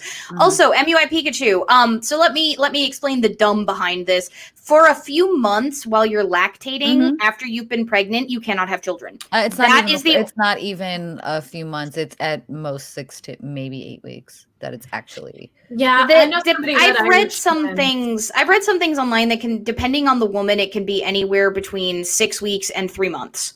Right. So you can even get pregnant before the 6 week mark if you're having. Granted, you should never ever be having sex after giving birth to a child before your 6 week checkup. Things are healing, and you can get extremely sick and die from having sex before 6 weeks before. Which, by the way, they promote. They actually promoot doing that. So, biology lesson really quick. Okay, so guys, we've hopped on the boob train back to mammary land. Now we're in the uterus. Okay, so when you give birth, whether you have a C-section or you push, your cervix opens, and your cervix doesn't automatically close immediately. It takes 6 to 8 weeks. When your cervix is open, it's like a door to your uterus and your entire reproductive tract. You can get a lot of infections. Right. And let me tell y'all, penises can be dirty. They just dirty. They can just be dirty. Saliva carries bacteria. Fingernails carry bacteria. So if any kind of dirt, you can get urinary tract infections and stuff, but because your cervix is open, if any kind of dirt passes through your cervix, it can actually get into your healing and bleeding uterus and the rest of your reproductive organs. So this is why you absolutely should never, ever, ever, ever have sex before you are fully healed after having a child, ever. And I know my hormones were fucking crazy. I never wanted to have sex more than in the 6 weeks I was fucking healing. Trust, I get it. It ain't fucking worth it. It is not worth the life-threatening shit. No amount of dick, no strap on, no fingers, no tongue is worth the shit that you have to go through. Jen. That we can get back off the boob train now. That's not what I'm making a face at. I'm making a face at the idea of just everything getting infected. Yes. They advocate for. So now that we have thoroughly grossed out 40 people. But they advocate for having sex when your husband demands it. Yeah. Which may be before the 6 weeks. So this is very clearly saying we don't give a shit about the woman's health. We give a shit about how many fucking kids she could put out on this earth. And if it kills her, He can find the next woman to do it with. Mm. Yeah, like that's basically what that is. And you get the same thing. That's part of the reason, I think, coming back to the two topics that kind of transitioned into this, that's part of the reason I think that a lot of these really fundy sects are so obsessed with gay people, is they have this idea that if you're not reproducing, you're somehow not adding to the movement, you're somehow not, in line with what Yahweh wants from you. Because as you guys know, anybody who's been on this channel for more than like a few episodes, I do not call the Christian deity God, because they don't get the right to that word. I call him Yahweh because that's the name that's used in the Tanakh. And like that whole thing, very clearly, there were very similar motivations in ancient Israel or / ancient, Judaism, Judea, or Israel, depending on which one you were talking about, to sort of a lot of these fundy sects. This was the small nomadic group of people that was dependent on these larger superpowers. If they were so isolated from these other cultures that if they didn't have enough kids, their movement couldn't continue to exist, their culture couldn't continue to exist. And yet modern day Christians try to claim the same thing despite being worldwide superpowers, which brings us back to the topic of allyship. Also, I want to interject quick. Yes, that is gross. However, we know a lot of people that come out of hardcore religions, hardcore Christianity, hardcore Muslim faiths, and they're not taught this. Women are not taught this about their bodies. Yeah. And this is absolutely something that you should know about your body, whether you're having children or not. If you are a woman, do identify as a woman, you should know this about your body and how things can affect your body. So yeah, it's gross, but y'all, it's education. So an education, as we've learned, is not the whitewashed version that we've learned in school. Which that actually is a really good point. That was done very deliberately to wipe us out. Yeah. Yep. Yeah, but bring that up in the video too. Yeah. People don't know about that. Which reminds me of, on the subject of allyship, you are doing one of the biggest collaborative projects that I have seen for quite some time. You've got voices from how many different creators on there? 7. We have. I don't know. I think it's to 10 or it's more than. I think it's more than 10 now. I think that's probably pretty close to the a lot of great folks that I'm in there too. I get to growl about actually recognizing the people who got killed. Jen's in it too. Am I? Yes. Yeah. I'm in it. Yeah. Yes. You guys both sent stuff over a month ago, I think. So it's been a minute, but No. Yeah. Oh, okay. I know what we're talking about. I don't remember what I had for fucking dinner. So we're making this video, and it was originally titled "Say Their Names," and that was really it. And since then, it's Celery's in there, absolutely, and I think some other folks too, and that are, I think, in the chat that are, and it's ballooned out to something that is much, much larger and also much more educational and very reflective. So it's probably going to piss a few folks off, I imagine, which is not something our channel does intentionally usually. And usually. Unlike your Twitter account, on the other hand.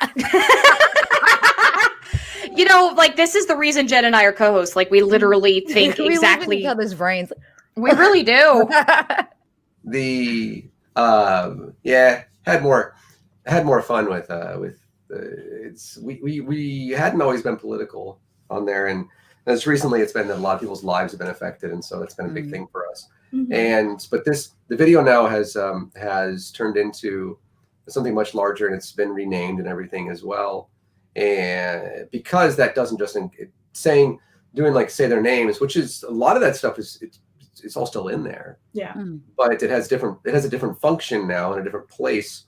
But there's so much more to it than just saying the names of those who have been brutalized and murdered by the police or by armed vigilantes that or by cars, as what happened 2 days ago in Seattle, which I'm extremely angry about. What fucking blows my mind about this is I the first time that a lot of us really got the scope of it was Amadou Diallo for a lot of us. And now the young men and women who were killed back then, their kids are graduating college. It still has. Sean Bell's daughter just graduated high school. She just graduated high school. And it's She graduated high school. And we're still fighting for this. His daughter just if I recall correctly, the King riots, the Rodney King riots happened either the year I was born or a couple of years after I was born. Yeah, it was the year after I was born. So like if that very clearly happened, and Joan's right, by the way, the SPD is victim blaming. You know what's funny is there's a lot about that story that isn't getting out there. So I'm going to take a 2-second tangent off into Angry Land before we do the video preview, because I'm mad about this. Great lead in there. Never host a talk show, Allie. Because we talked about this earlier in the stream. I said we might actually get a sneak peek. But anybody on the Discord who saw the announcement saw that. Right. Which, if you guys aren't in our Discord, Jen and I do have one, and Divine Disbelief is also on there as admins. We will probably, at the very least, Jen and I, but most likely them too, if they decide that they want to, be doing an after party. Discord links in the description. But on the subject of the BS that's going on in Seattle right now, on July 4th, there have been going on for almost 20 days now, 21 days, nightly protests on Interstate 5. On I-5. Mm-hmm. And the State Patrol, it is technically a felony to stand on a highway. But State Patrol, unlike the SPD, is actually kind of awesome. They've been barricading ramps to allow people to do these protests. And they've even been using their own squad cars to barricade sections of the highway so that people cannot, if they do manage to get on the thing, they can't get all the way there. Mm. This guy in a white Jaguar drove around this barricade that was set up by a bunch of cars and careened into, if I recall correctly, a 32-year-old woman who was protesting. I need to find her name again because that's been one of the things that's been underreported. So one of them is Summer and one of them is Diaz. They both Summer and Diaz. Diaz is they them pronouns. Yeah, Diaz is, I believe, the one in Phoenix. He was actually my friend's boyfriend's best friend. Summer, I believe, passed away last night in the hospital. Summer right passed down the road away. from me. Diaz, I believe, was the one in Phoenix. He was a Hispanic man sitting in his car outside of his house with a welding gun when Phoenix PD opened 8 to 9 rounds into his car as he was screaming, "It's a welding gun. It's a welding gun." This was actually one of my friend's boyfriend's best friends, and they had the video. So I got to see the video before. So that's a whole news outlets did. So I chose not to release that. And we don't necessarily want to get too deep, but one of the things that I wanted to mention was that before that happened, which that's the thing that's being reported on, before that actually happened, an SPD officer who was off duty tried to do the same thing and failed. They tried to kill protesters beforehand, drove right through the crowd in their home car, no punishment whatsoever for having done that, for breaking barricade and doing that shit. And then later on that night, this other person decided to go careening through. And you know what? They don't, unlike, the victims, they don't deserve to have their name said on this show. They don't. We ain't gonna fucking give them that honor. You want to be famous? You can actually earn that rather than just being an asshole. Yeah. But this is these stories are what make work what you've been what you've been working on so important. The man in Phoenix, his name was James Garcia. And James Garcia, Summer Taylor. He was sitting in his house, in his car, parked with a welding gun in his lap. Arizona PD, Phoenix PD, pulled up in front of the house, would not listen to him that it was a welding gun, and unloaded 8 rounds into the driver's side. In a residential neighborhood with him sitting in front of just parked in front of his house. Yeah. They also blocked the driver's side door so that he could not exit his vehicle. Oh, interesting. A lot to be done there. I think what's important to note about Seattle, though, is we still don't know why the person did what they did in Seattle. Yeah, that's an important thing. Yeah.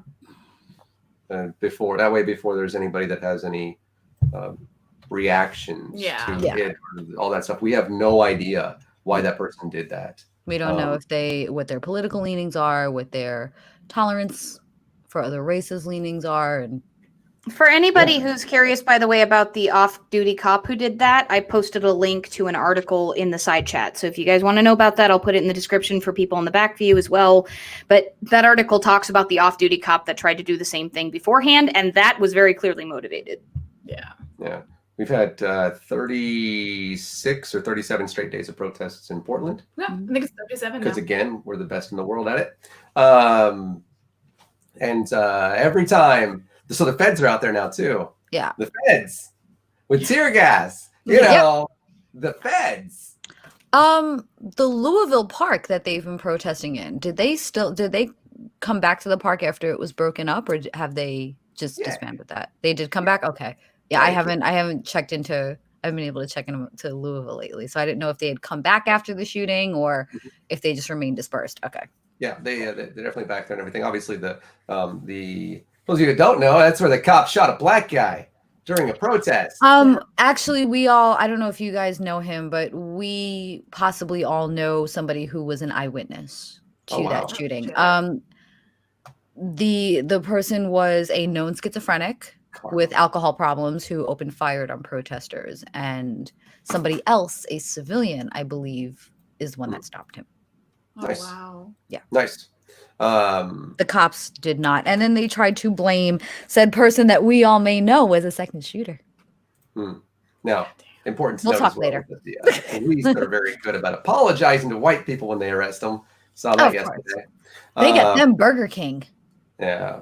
But we have in our video, we are very Do middle fingers count? Spirited debate in the side chat, please.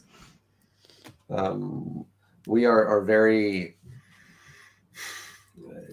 It's actually the beginning. We actually have this the introduction that speaks about how we have. One of the reasons it's taken so time to make this video has been because of the amount of reflection that it's taken, as well as the types of words and stuff that we use and the examples that we use, as well as the information that's presented. And we also, one of the things that we like to do, and you can, if you go back and like watch our deep dives and stuff, especially like when we rehearse stuff, you'll see that it's also, we try to make it entertaining as well. And it's not always easy when you're talking about the amount of systemic racism that's been in our country since 1522. Since people arrived. Yeah, since the Spaniards got here. England, it wasn't you. Also, U.S. history books. Yeah, we'll get into that. And so like parts of it are actually kind of funny. The mentioning like some stuff that's, you know, for like near and dear to my heart, and some of the stuff with her as well. It's kind of funny, and yet it also speaks to a lot of things that I think a lot of people don't consider. Especially, it's actually aimed at a very specific demographic, very particular, very large and transparent, nearly demographic of Americans that are not descendants of slaves. Or indigenous peoples, for that matter, because we have the same problems. Yes, you are not excluded in the conversation. It's aimed at. I can't think of the white people. Oh yeah, white people. White people. And we're talking at the WIPPO spelling of white people. Very much a yes, it's very Eurocentric. Let's use that one. Or even it's the opposite of U.S. history books in that it's not ethnocentric. There you go. Hold on. What's the term? What's a good term I can? Melanin deficient. Yeah. Those of us right there. Those of us of the Caucasian persuasion. The melanin deficient end of our population. Yes. People who have to be explained what the word ashy means. Yeah.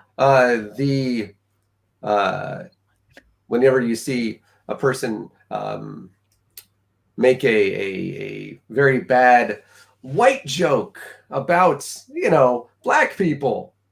They become a casualty. Yeah. The capacity. But tis. So yeah, I appreciate all the stuff in the comments. By the way. I love that caucus. I mean, This, by the way, guys, I'm just saying, I love my side chats so much. You guys are the best. Thank you so much for thank you so much for bringing the hilarity. Like, just popping up the comments. This is part of the reason I love StreamYard. Like, I love just getting to pop this stuff up and draw attention to your brilliance. I'm just calling them the translucents at this point. Yeah. Looks like They're my the shirt. translucents. We have been issued a challenge. Oh my God, not tonight. Okay, can we stretch this out over 2 streams, 2 to 3 streams? Yeah, apparently someday in the future. Like, don't minimize it, but sorry, yeah, the microphone's on, but just so you can see it over there. So yeah, apparently, we actually have talked earlier about this big project that they've been working on. It's been a month coming. Mm-hmm. We discussed it at length in the Discord. So again, if you all want to know about stuff like this ahead of time, check that out. Hang with us. I see a couple of newcomers. There's already a watch party. We've already got an after show in the chat who's hanging out there, people waiting for us. So that's exciting. But this video they've been working on for quite some time. It's going to be quite the epic video essay from what I've heard. And Nathaniel graciously offered to give us a sneak peek on stream tonight as part of the interview. Yep. Yeah, this is 3 minutes of what we've kind of put together so far. This is a an unfinished version of this. This will obviously change as well, but this is the content of this is not going to just probably a couple of like the transitions and maybe some of like the audio and stuff. But yeah, but this is part of what we're doing and part of what we put together.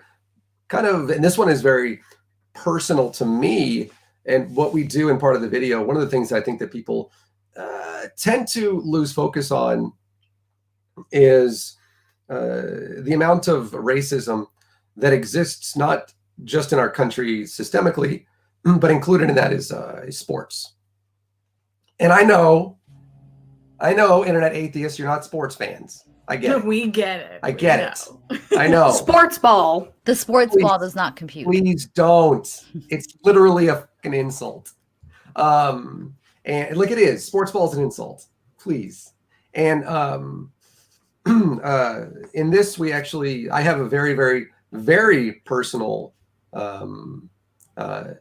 side to this that was also very emotional for me. And so that's really what we took. It's like just over 3 minutes long, and we created this and just wanted to share it with you guys. So, yeah. So let me see if I can figure out share. Yep. And then you can just share. Oh, that was this easy. One. Yep. I want to do. Yeah, just hit share. This one. And it's okay. So we requested that. There it is. There we go. Okay. So we're gonna do. Yeah, should play. We're all the way back. Then we're gonna do. Boop. Make sure you had it enabled when you clicked screen share. Otherwise, the sound will not happen. Oh shoot. Well, so you might need to close it down and then reopen it with the sound. Shoot. Oh, so nobody heard the sound. Okay, darn it. Okay, let's try this again. I'm not good at this. Sorry, folks. Yeah, they're just getting used to StreamYard. This is something that I've used a couple of times, but it's is new. There you go. Share. Okay. All right. So we shared audio this time. And we're gonna mute our microphone. Got it. Here we go. This is personal for me because I was actually a diehard fan of Kansas City and Atlanta, even cheering loudly at my work in January as Kansas City, down 24-0 to Houston in the playoffs, reeled off 41 straight points to advance to its second consecutive AFC championship game. Susan can tell you how I felt about the 2019 game versus New England. You just ask her sometime. And then the next week, down 17-7 to Tennessee in the second quarter, scored 28 unanswered points en route to the team's first Super Bowl in 50 years. I was so excited, I immediately ordered Kansas City Super Bowl merch and was actually upset my 2020 AFC Champions gear would not arrive until maybe after the Super Bowl. Then I read a Twitter thread about the team's connection with racism. Now that could not possibly be the case. I had done research before. I had seen how the team had connected with Midwest tribes, how everything was perfectly fine. I began researching in order to show this person how wrong they were, that I was perfectly justified in my fandom. It was then I discovered, while sure, the mayor who convinced the team to move to Kansas City from Dallas was nicknamed Chief, that didn't justify the logo or the war drum. Oh, Paul Rudd. Damn it, Paul Rudd. You sexy, god damn it. And you too, Jason Sudeikis? And Rob Riggle? And Eric Stonestreet from Modern Family? Danny Carey, drummer for super relevant rock band Tool? Henry Cavill? Superman is a Kansas City fan? Tech Nine? The guy from Anchorman? Well, I'm still ashamed of you most, Ant-Man. He's so good looking. And you're what, 30, 35 years old? He's 51? See, this is another example of why life's not fair. This right here. Anyway, and then there are the fans. And this.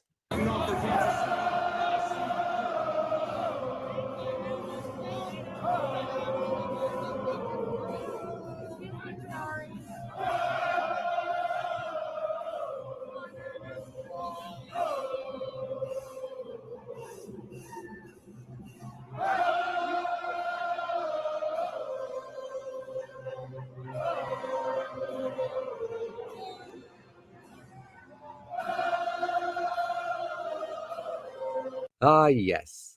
I'm certain nothing connects the Blackfeet, Sioux, Chippewa, Pawnee, Cheyenne, Arapaho, and many other tribes with their cultural heritage quite like a crowd of 77,000 white people, more than a few dressed like this, making these gestures and sounds in a building called Arrowhead Stadium.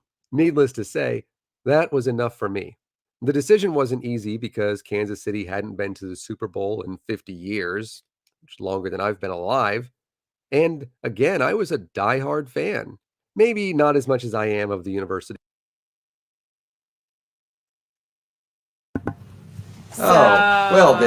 Did stop sharing? So yeah, it cut off. Oh my god, I was so cringe with the guy with the headdress. Yeah.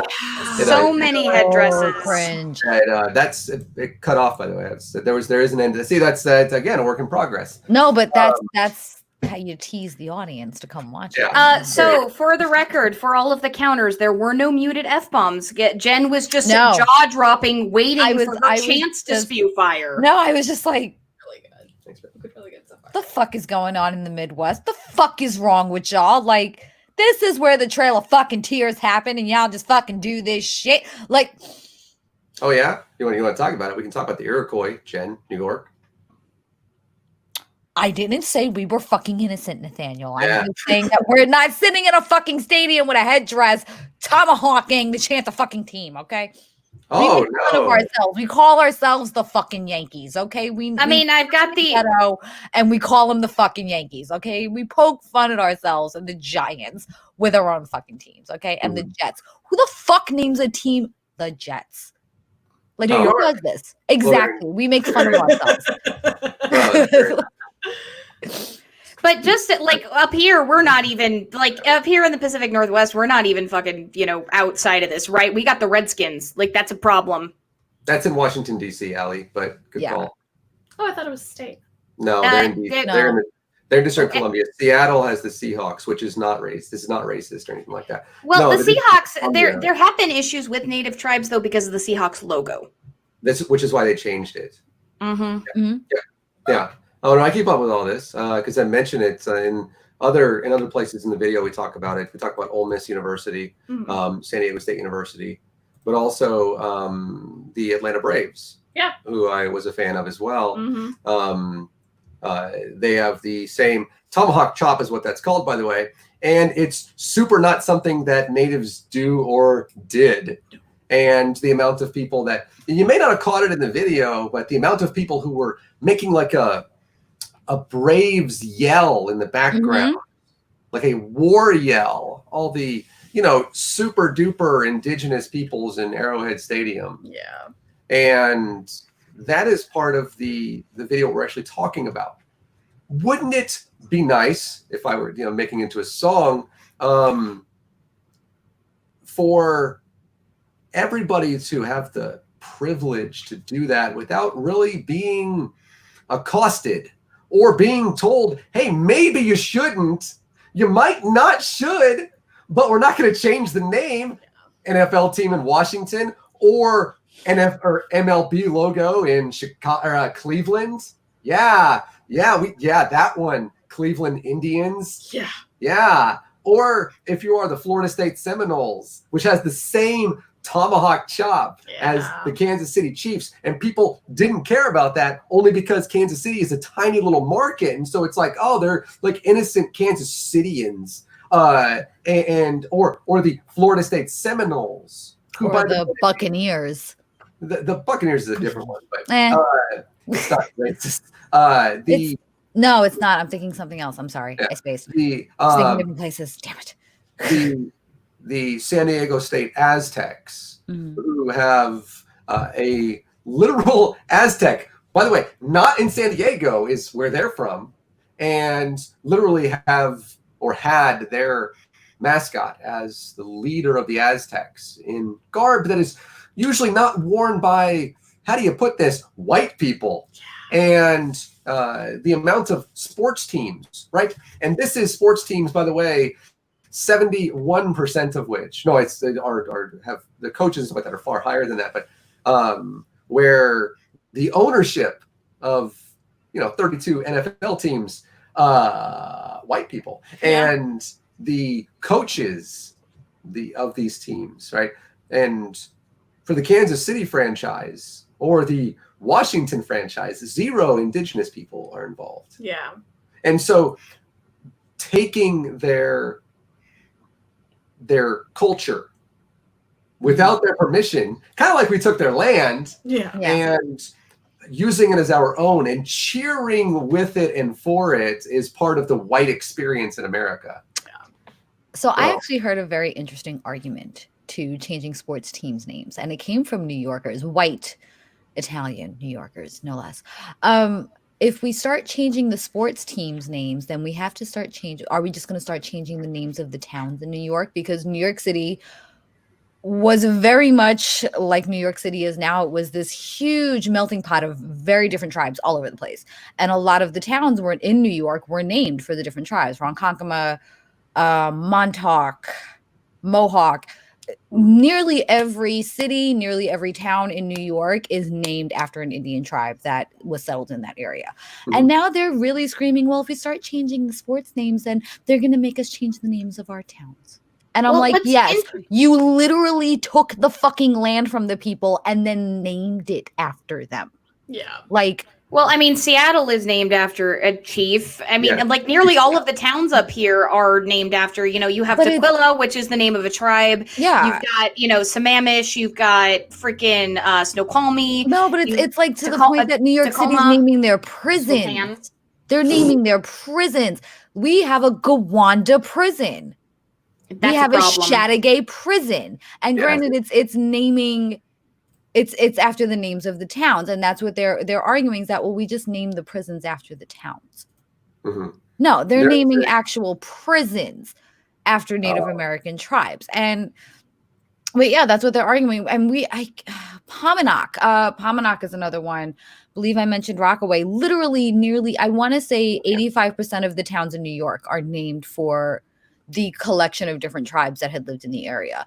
And now they're freaking out that they're going to have to change their town names because everyone's so politically correct now. Yeah. Which, by the way, I know what the answer is to that, but to the question, but I don't. The town names I don't think are a big issue. I don't think that's gonna be something that anybody's gonna ask for because as long as the indigenous peoples that live there are that was yesterday. Yeah, the pipeline are in favor of that. I think it comes down to more the things that we do without the permission, like the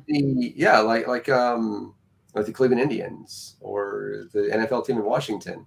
But they weren't getting the importance of, we took their land and then named it after them. And I'm like, what if I came in, took your house, killed your kid, and then named the house after your child? Yeah. Or name the house the Italian. Or murdered 108 million of your children. Yeah. And then, and also made treaties with you and also violate them. Yeah, all of them, by the way. Or if I was, say, let's just say Secretary of something under the third president, totally good guy, Thomas Jefferson. He didn't have slaves that he raped, no. And then under his direction, created the plan to remove the Choctaw and Seminole natives from their lands in Georgia and in Florida, what is now Georgia and Florida. And when the groundwork for the quote unquote Great Migration. When the SCOTUS, by the way, SCOTUS, Marshall, Thurgood, I believe is the name. I could be wrong with that one. Actually said it is unconstitutional to move. They were considered Americans. The indigenous peoples were. The most amazing thing. They were considered Americans. It was unconstitutional to remove them from their own land. Andrew Jackson said, I'd like to see him enforce it. As he, with his own hands and his own gun and his own knives, first at the direction of Thomas Jefferson, who purchased Louisiana. You can't purchase what's not yours, bro.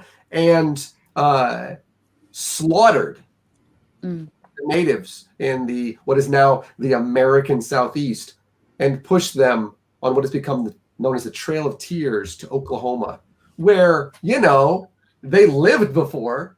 The land that other people certainly didn't live on, that we discovered. Oh, yeah. Well, and on top of that, more infuriating. My son brought home real quick. My son brought home a worksheet that called it the Great Migration, and had little pictures of natives with suitcases and their families with suitcases, talking about the Great Relocation and the Great Migration. And they were full of smiles with suitcases and little socks sticking out of the suitcases. And the kids were just happy to, go. And now, mind you, my house, where I'm sitting right now, is less than 5 miles from Port Royal State Park. Port Royal was the last stop in Tennessee on the Trail of Tears. The school is literally built on grounds where natives died during the Trail of Tears. The school is on the path. Well, and this is where I wanted the fucking town. And it's happy little suitcases and migration and relocation. Well, and this is the other thing that I wanted to make a note on, because this is something that a lot of people don't understand about reservations and stuff. People tend to bitch a lot about, quote, your tax dollars are going to reserve. First off, they're not. Not nearly what you fucking think it is. Like, it's the tiniest percentage of the budget, and what it goes to primarily is maintenance. Like, it basically goes to this giant slush fund, usually for the tribal leadership, and they try to use it to maintain just even the roads and things, because the government doesn't do anything on reservations at all. Like, you can't even have a mailing address. You have to have a PO box. Like, this was used to get rid of voting rights in, I believe it was North Carolina. Or in North Dakota, one of the two. I don't remember which one it was. Jackson Johnson. But here's the other thing. Made a mistake. These reservations, the vast majority of them, were the most barren fucking land they could find. They made sure that it was unarable so that white people could not cultivate it. They put the fucking Native Americans there, and then when you got the California gold rush, where those badlands were turned out to have gold, those peoples were slaughtered until the populations were lowered to the point where they could then take back those reservations that they had given these people, so they themselves could not profit off of it. So this goes back generations. You want to talk about institutionalized poverty and ghettos? We suffer just as much. And we are allies when it comes to BLM in this conversation. Like, we suffer in very similar ways. In fact, Native Americans were kept as slaves as well. You know how we're now tearing down statues of slave owners and Confederates, and that were put up during the Jim Crow era to pretty much tell Black people who the fuck was in charge. Yeah. That's what these statues. Now, education lesson on Mount Rushmore. Not only was the land taken from the Lakota Indians, and if I'm wrong, please correct me. Oh, it is? It is. Okay. So, they took the land from them, they moved them to a reservation, and then carved Mount Rushmore overlooking the barren land reservation that they put them on to let them know who the fuck is in charge. They put a big old monument on a sacred fucking mountain overlooking the unusable land that they were starving on. Of the white men who signed the fucking treaties to move them. Yeah, and it was only completed like 70 something years ago, and the guy who actually carved it and was like in charge of shit was a very prominent member of the KKK. It was also done out of spite. There's a stone mountain Confederate carving, and he was the original architect. He was the original architect, and they fired him. They fired him because he wasn't working fast enough. So Mount Rushmore was nothing more than something to spite the state of Georgia, because the state of Georgia fired him for not working on Stone Mountain fast enough. Mount Rushmore is a. I've been calling for that. I've been calling for that. Of course, I'm from Nebraska, and that's so craziest thing here. Nebraska is south of South Dakota. You know. North Dakota to me, and so we have a relationship in Nebraska with a lot of the Plains Indians. I say a lot because there's a few of them that still exist. Very few of them actually that are still in Nebraska, which is an Oto Indian word. That's where the name comes from. So congratulations, we kept the name and kicked you to Oklahoma. So that's a thing as well. And so knowing about by the way, it was Andrew Johnson, not Jackson, that did talk about Marshall. Jackson definitely did the Trail of Tears. Jackson did the okay. Yeah. So important to know. I should fucking know that. I apologize for that, by the way, because it definitely was, because I know that Marshall didn't become SCOTUS until anyways, but this is like 1868, and that's also when Andrew Johnson was impeached, but not kicked out because we just gosh darn it. We just couldn't. Our impeachment hearings are absolute shit in this country. Oh man, if only there was a process in place to remove a president that's been impeached. Fucking only, right? Like, and if only there was a document that said the way to do it. Right? Shit. But so I have a close connection with the lands there, especially as a white person in Nebraska, of German descent. We make, and so I mentioned the Holocaust in the comments, we make the Holocaust we're more like Stalin.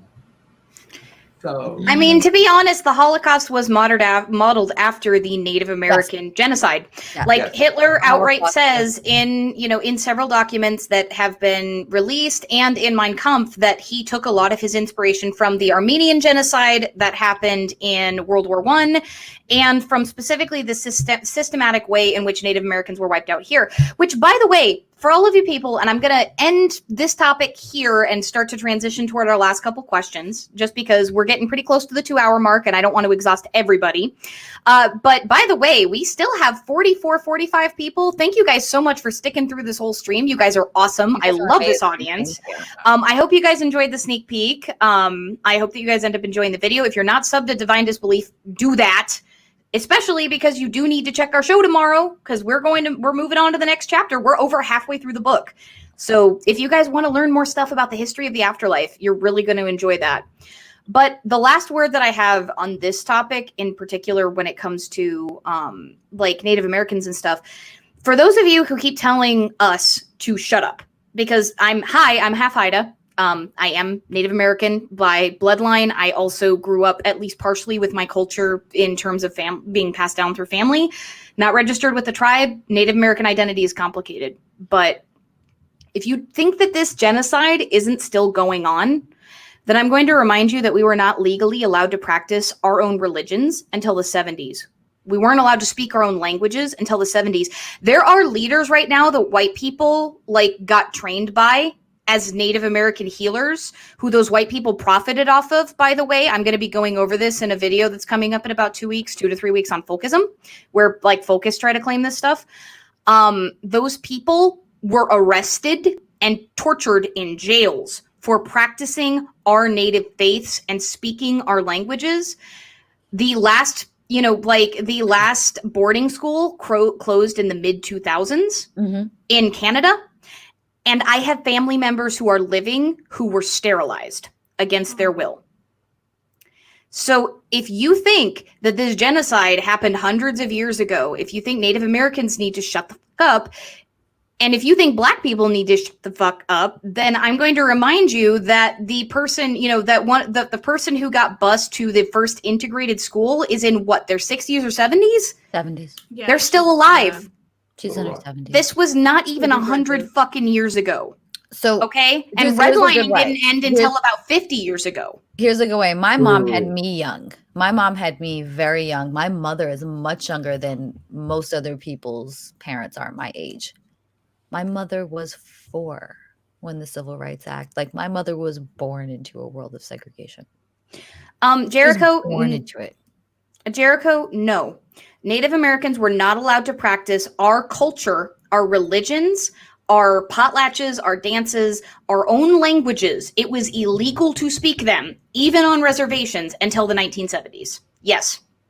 We were not allowed to have our culture. It was through sheer force of will that our cultures even still exist. And we are told by white people in the modern day to shut the fuck up in the same way Black people are. Our struggle is the same. We are allies. We can talk about each other in the same freaking breath. So for those of you guys who think racism is over, it's not. It's still going on. Mainstream white America seems to think that whenever you sign a law into place that things are magically fixed. And for mainstream white America, it usually is. It is. When laws are signed into place for mainstream white America, it solves their ills. The slaughter of natives and slavery did not end. It evolved. And it's a different kind of genocide that is going on now. It evolved. Yeah.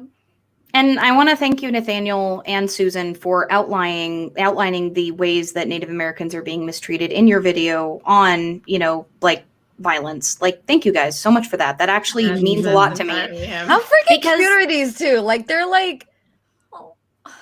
and there's also the missing Indigenous women. Where my credit's not due. And we could go on for an entire stream about missing Indigenous women and also about the sheer number of crimes that are committed on Native lands because they can't be prosecuted because of the issues with prosecution. And also cops who will go onto Native lands to literally just shoot us because they can. And rape them because they can't be tried for it. Yep, because the jurisdiction is so fucked that there is absolutely nothing that can be done on either the tribe or the government side, where rather the government could do something about it, but they refuse to. But they won't let the tribes either. So again, final word on that. If you guys think, number one, that these struggles aren't interrelated, then you're wrong. But if you think that racism is over, you are definitely wrong. These marches are not even the beginning. If you think racism is over, you're definitely privileged. It's accurate.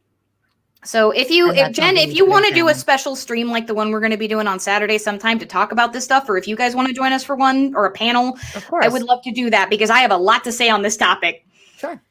You know. But so coming toward the end, because we're on the last 8 minutes or so of the stream, there are 2 questions that are asked at the end of every stream. And the first is, what do you think your community needs to do to strengthen the bonds between the atheist and the polytheist communities in order to build coalition and actually get shit done? They need to shut the fuck up. Atheist community needs to shut the fuck up and know when the fuck to just fucking listen. The atheist community so often thinks that they can just fix everything and just know everything, and it's just dude, you so many atheists, because it is a movement that is largely filled with cis straight white men. So many of them think I know better than the people who are going through these struggles because I solved the God question. So yeah, and it's guess what? You don't. just listen to people. Like, know when to take a step back and listen to what other people are going through, and to when other people are speaking with authority on something.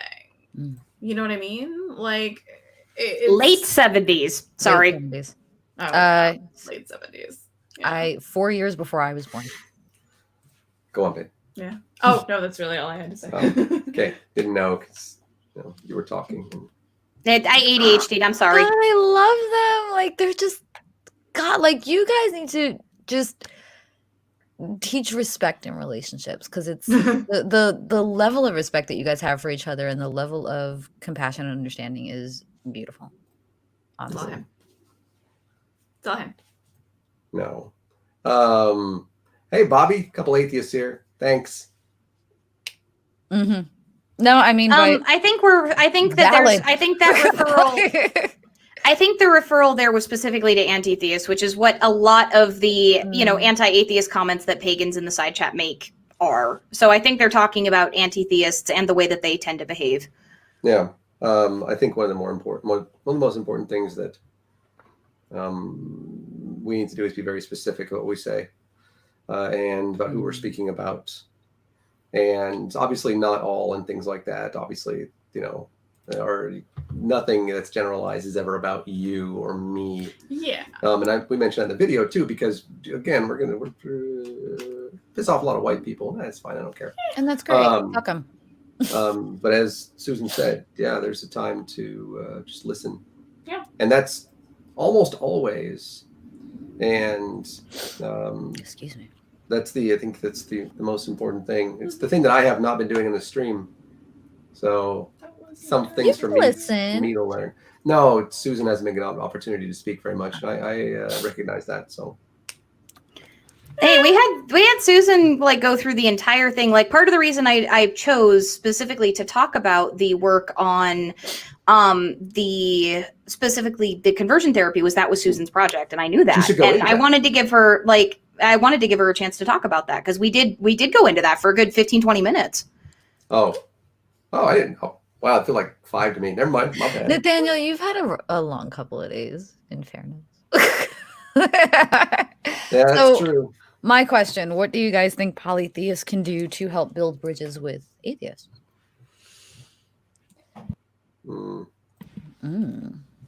It's the same concept. Same answer? Yeah. Reciprocity. That's the best way to do that. It's listen to the folks who are trying to make headway, working together. A pagan can't speak for an atheist, right? Right. And the same way around, that an atheist can't speak for a pagan or for the struggles that somebody goes through, regardless. And don't. It's the same thing. Like atheists don't just don't be dicks, and same thing that way around. That's really number one on there is to just respect the person that's speaking about it or something. Because we obviously think that you're wrong, but you think that we're wrong. So that is like, if that's the basis of the relationship, that you're wrong. Well, I think that's the wrong stance to take. The stance to take is that there is a lack of equality, a lack of equity for, especially in the United States, anybody that's not at this point evangelical Christian. And I think that there's a necessity for us as atheists to help pagans in that point, because we get the most of the flack that comes from Christians is aimed at us. They don't think that you guys even exist. Like they think it's a fun phase that shouldn't be taken seriously. Or they hate you guys because they think you're us, because they can't imagine that people could not believe in a god. You must be worshiping demons. I've or had something. that happen. I've had that happen where I've said I was an atheist, and then they're like, "Oh, so you're a pagan?" And I'm like, "No." They're like, so do you do spells and stuff? And I'm like, no. They're like, so you light candles? I'm like, I have 4 cats and a fucking 8-year-old. Do you think I own candles, dipshit? Like, no, I like my shit not in flames. I just like putting other people's shit in flames. But I've gotten that. It's, oh, so you're pagan, you practice spells, and I'm like, That's another big they think we're you. by the way. For anybody out there, not all pagans do magic. Not all pagans even believe in magic. Yeah. Like that's a thing. Like there is an entire umbrella of pagan religions that is not neo-shamanism, neo-paganism, and Wicca. Okay, like there's a whole bunch of us that are not. I'm not. And there are atheo-pagans, granted, but we get confused for witches a lot. Like a lot. Yeah. It's freakish. It's scary how much we get confused for being witches. I think it's really just an opportunity for us to be able to communicate that it's not just us. There are other beliefs that exist outside of Christianity or atheism. This is a false dichotomy. And so for us to be able to help educate people, I mean, not on you. I cannot educate people on. I can't educate Christians on everything that a certain person believes. What I can say, in my case, is that, hey, guess what? There's other beliefs besides you and me. Yeah. This isn't a. What's her name? Binary. No, what is Sophie's Choice? No, the musical artist. You and I. Lady Gaga. Yeah. Lady Gaga song. Oh, you say you and I think of Jason Mraz. I don't know. I think of Lady Gaga.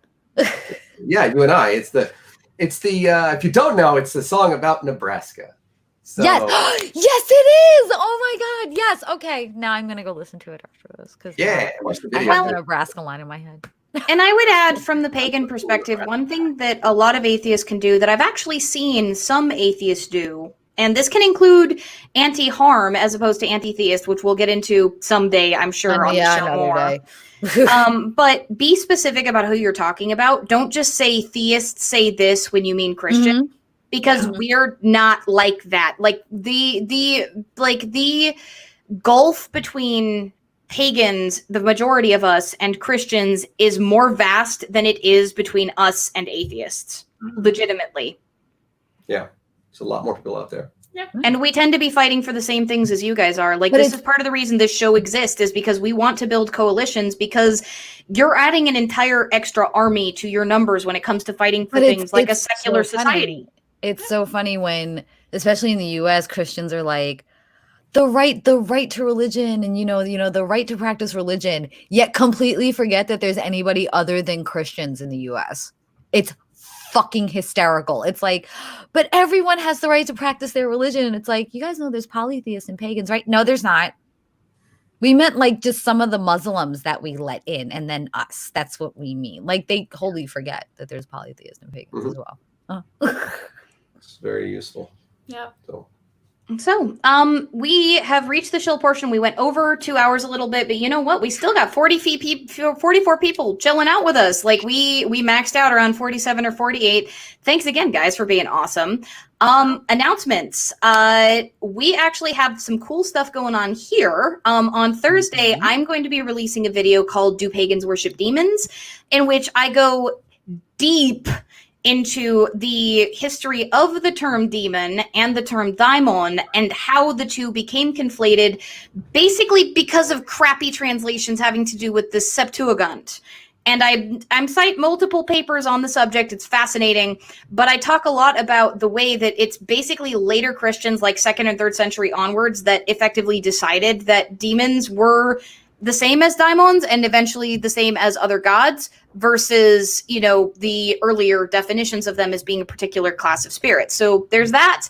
And on the 13th, on Saturday, on the 11th, rather, on Saturday, we are doing something really special. We are bringing on 4 good friends of the channel. Raz from Creepy Eevees, who you guys might remember from the J.K. Rowling Turf collab, which, by the way, if you guys saw that, Susan here from Divine Disbelief was the one who did the J.K. Rowling voice, so that the rest of us didn't have to constantly trigger ourselves with reading that out loud. The one that drank through that for us. Yes, Yeah. and her commentary was hilarious. Like through the whole thing, she was like muttering under her breath and raging, and it was just I had to cut so much out, but it was glorious. But we're going to be bringing on Raziel from Creepy Eevees, Chrissy H, who used to be part of Biblical History Skeptics. Mhm. We're bringing on Progressive Liberal, who just came out as pagan, Yep. and we're going to be bringing on Witch from What the Craft, who is chilling in our live chat. So we're going to be talking about coming out as pagan in anti-theist spaces. And if you are a pagan and you're on my Discord, if you DM me your story, I will be reading those at the beginning of that stream. We're going to be having a conversation about the way pagans and atheists can talk to each other better, the way that anti-theists tend to mistake a lot of things that we believe. And we're going to talk a lot more about coming out of the broom closet and why that's so difficult. So that's an exciting thing that's happening here. We've also got Secular Literary Circle over on Divine Disbelief's channel this week. Yep. Excuse me. That is tomorrow. Tomorrow, yeah. I need to read. Yeah, I should probably read that chapter. That's about Jesus. I'll be fine. I'll take all my notes. You'll be great. You'll be I'll skim it at it'll like be set. 6:45. You're It'll be fine. You're Don't do that, kids. It's not how you learn.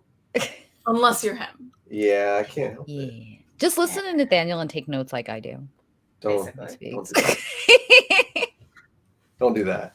Go get your own books, kids. No. Or, I don't have time to read the books anymore. I don't have the time. that's like all I do now. I miss the time to read the books. I miss the time to read the books. Yeah, but tomorrow, chapter 9? It's either chapter 8 or chapter 9. Let me look really quick. But it's I think it's actually chapter 8 because we just got to Jesus, and I'm pretty sure that was chapter 8. yeah, we talk about Jesus, man. Jesus. For like the next Jesus, few man. chapters, it's about the Jesus. Hey, Scotty. Jesus, man. Yeah, and also as we know is the case, you don't fuck with the Jesus, and we're not gonna either. So we're gonna have a good time talking about him tomorrow. No, it's historical belief system. I fuck with Jesus in other ways.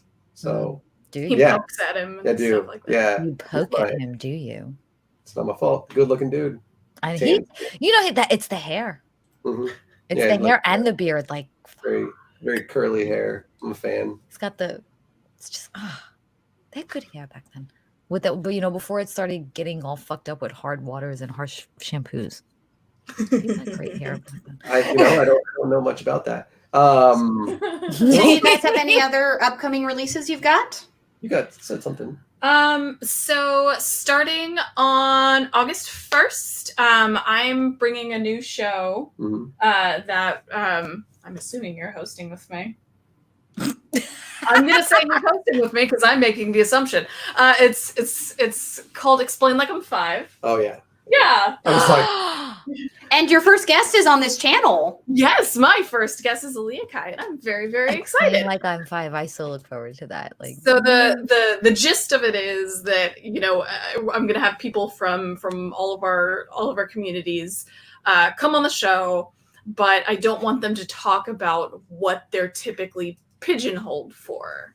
I want them to talk about something that they love in their life that's not necessarily their activism and their bread and butter. Yeah. Yeah, like I want them to talk about something that they just happen to love that they can explain like I'm 5 years old. Yep. And I'm love that. very excited. And for me, for those of you guys who are a fan of the food porn that I post constantly on my Discord, I'm going to be talking about waste-free cooking and why gardening can give you so much more than you ever thought possible. We're going to be talking about everything from how to cook up the tops of leeks that you would normally throw away, to making scrap broth, to make like the way that you can even use the byproducts of things like tofu making, and how to save money that way. So that sounds like it's totally out of left field, but this is something that if you've ever hung out with me in Discord, you will randomly hear me just pop off and ramble about, because it's one of those big passions in my life that I just never get to talk about. It's great. Yeah. I love it. And I love it. I think one of the things I really liked about when you were talking about that is that it's not going to be about like religion. Yeah. This is very, I love that you did that too. Because we're also looking at doing, so we got like 255. 255 Funko Pops. Funko Pops. As you can see, some Yeah, of them in the some are back there. Some of them are right right there. Yeah. Yeah, and so we're having something where we are in the planning stages of that. We're going to go over some of those, every now and again. That's going to be the actual show. Like, we're not talking about fucking religion. Yeah. No, we're not No, talking you're going to talk about fucking Funko Pops. Yeah, and this is going to be like a Susan-led show. I love right? Because he's really good at finding the deals. Yes, I find really and good usually at the purchase them. Yes, he's really good at the search. I need Nathaniel. They are perfect. Almost all of them. I've got a couple of Cthulhu's and a Bill Nye. I'm And going to need you for your actually, shopping. yeah, this one right He's there. really good This at one it. pointing at right there. That's George Washington crossing the Delaware. Yeah. No slaves on there. Oh, no shit. slaves. It's weird. So not historically accurate? Well, there were not any slaves when he was doing that. Also crossing Delaware was also General Gage. He didn't make it. And then Alexander Hamilton led a troop across as well. And they went too quickly and landed somewhere else. So good job, Ham. And but Salamander Hamilton. yes. But I really like that that people come in the comment section. It's not about fucking religion. All right. Yeah. That's the thing. Keep your religious comments at home. Come and talk about the things that we're talking about. Yeah. That's the thing. Not everything is all the time. And I wanted to make sure that people know that we value their input and their ideas and their opinions on everything that they are passionate about, that they're knowledgeable about,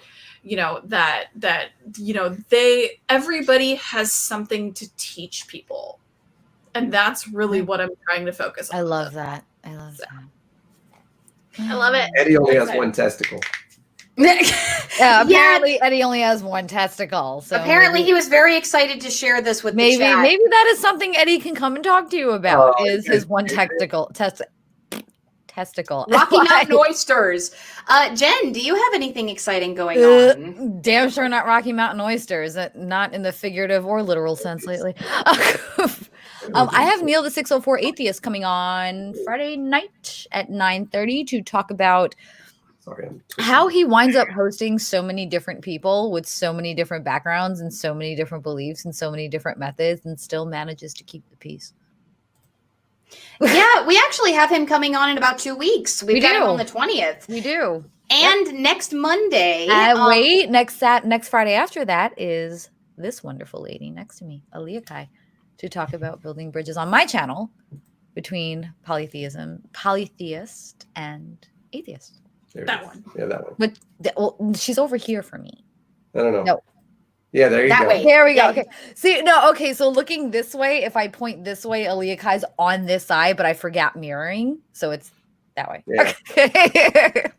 You will learn. It's me. We all know it takes me a minute. Damn it.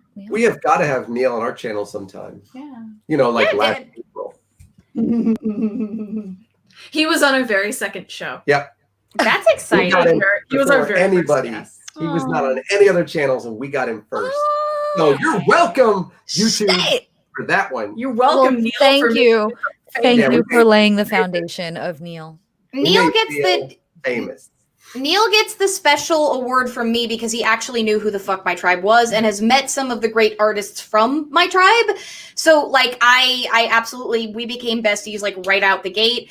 He was actually one of the first people who asked to come on this show. He found out that this show existed when the whole ocean situation happened and went, wait, when the hell am I coming on? So he's been a friend of the channel also. Just like you guys ended up talking about wanting to come on, Surus we asked, Ocean wanted to come on. It's been amazing how well this community has actually received Xenia Bridge because we were really scared that people weren't going to care that much. Ocean is going to get scheduled at some point. I'm going to nail his butt to a wall. Jen, I'm going to do it, but let me know closer to the day. Bitch, I don't work closer to the fucking day. Nope.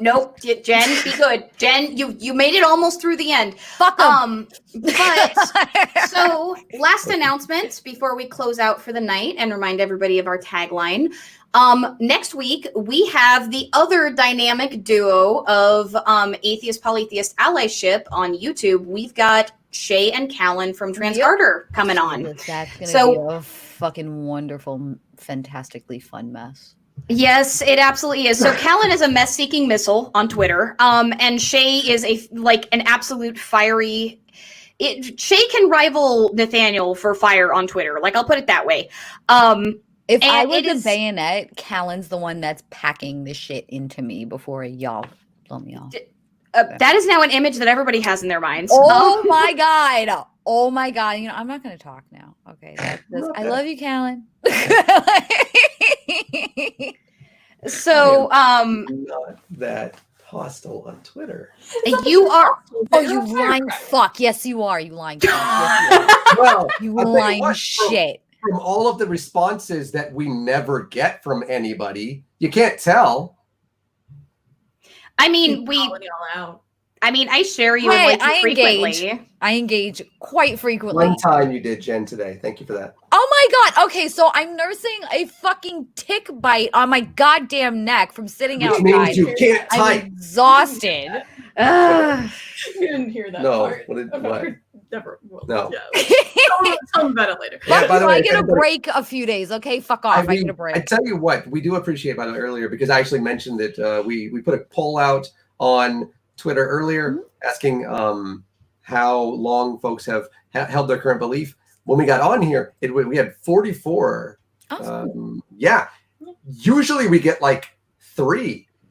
So thank you, everybody who actually did something with our Twitter account.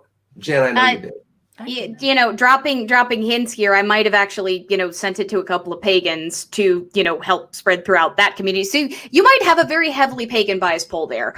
But follow us and actually should say follow things. Yeah. Well, we like to so beg guys, for allyship on Twitter. There's something to do. Yeah. Follow and help us when we are attacked by conspiracy QAnon motherfuckers. Feel free to say one goddamn thing.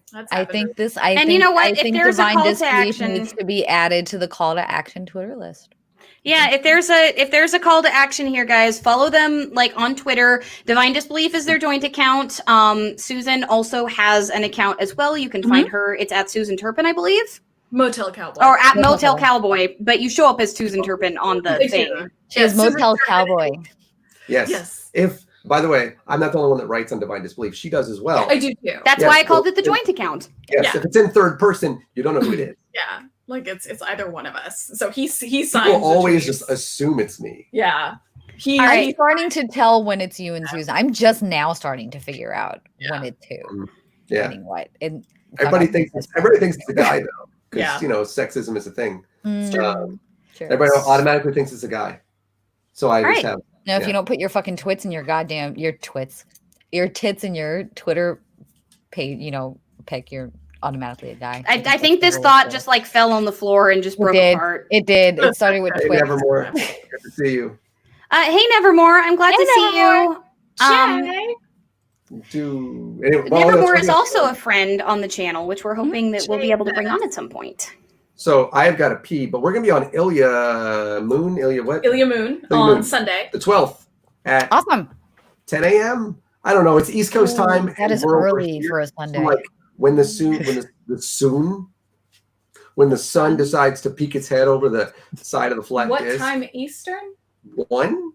Okay. It'd be 1 Eastern. Yes. So it's 10 your time. Okay. I was like, damn, that's fucking 10 Eastern's early on. That'd be 7 a.m. Don't act like we don't get up and run the 4:30 shows at Atheist Pastor. We have done that. Lots. So have I, and holy shit, it's fun, but it's fucking brutal. Yeah, 4:30 a.m. 4:30. All right, we've got the 69 F-bombs, but we do need to close out. They need to go to the bathroom. We are 20 minutes over time because this conversation was too freaking awesome. Thank you guys so much for joining us. And remember, we're stronger together.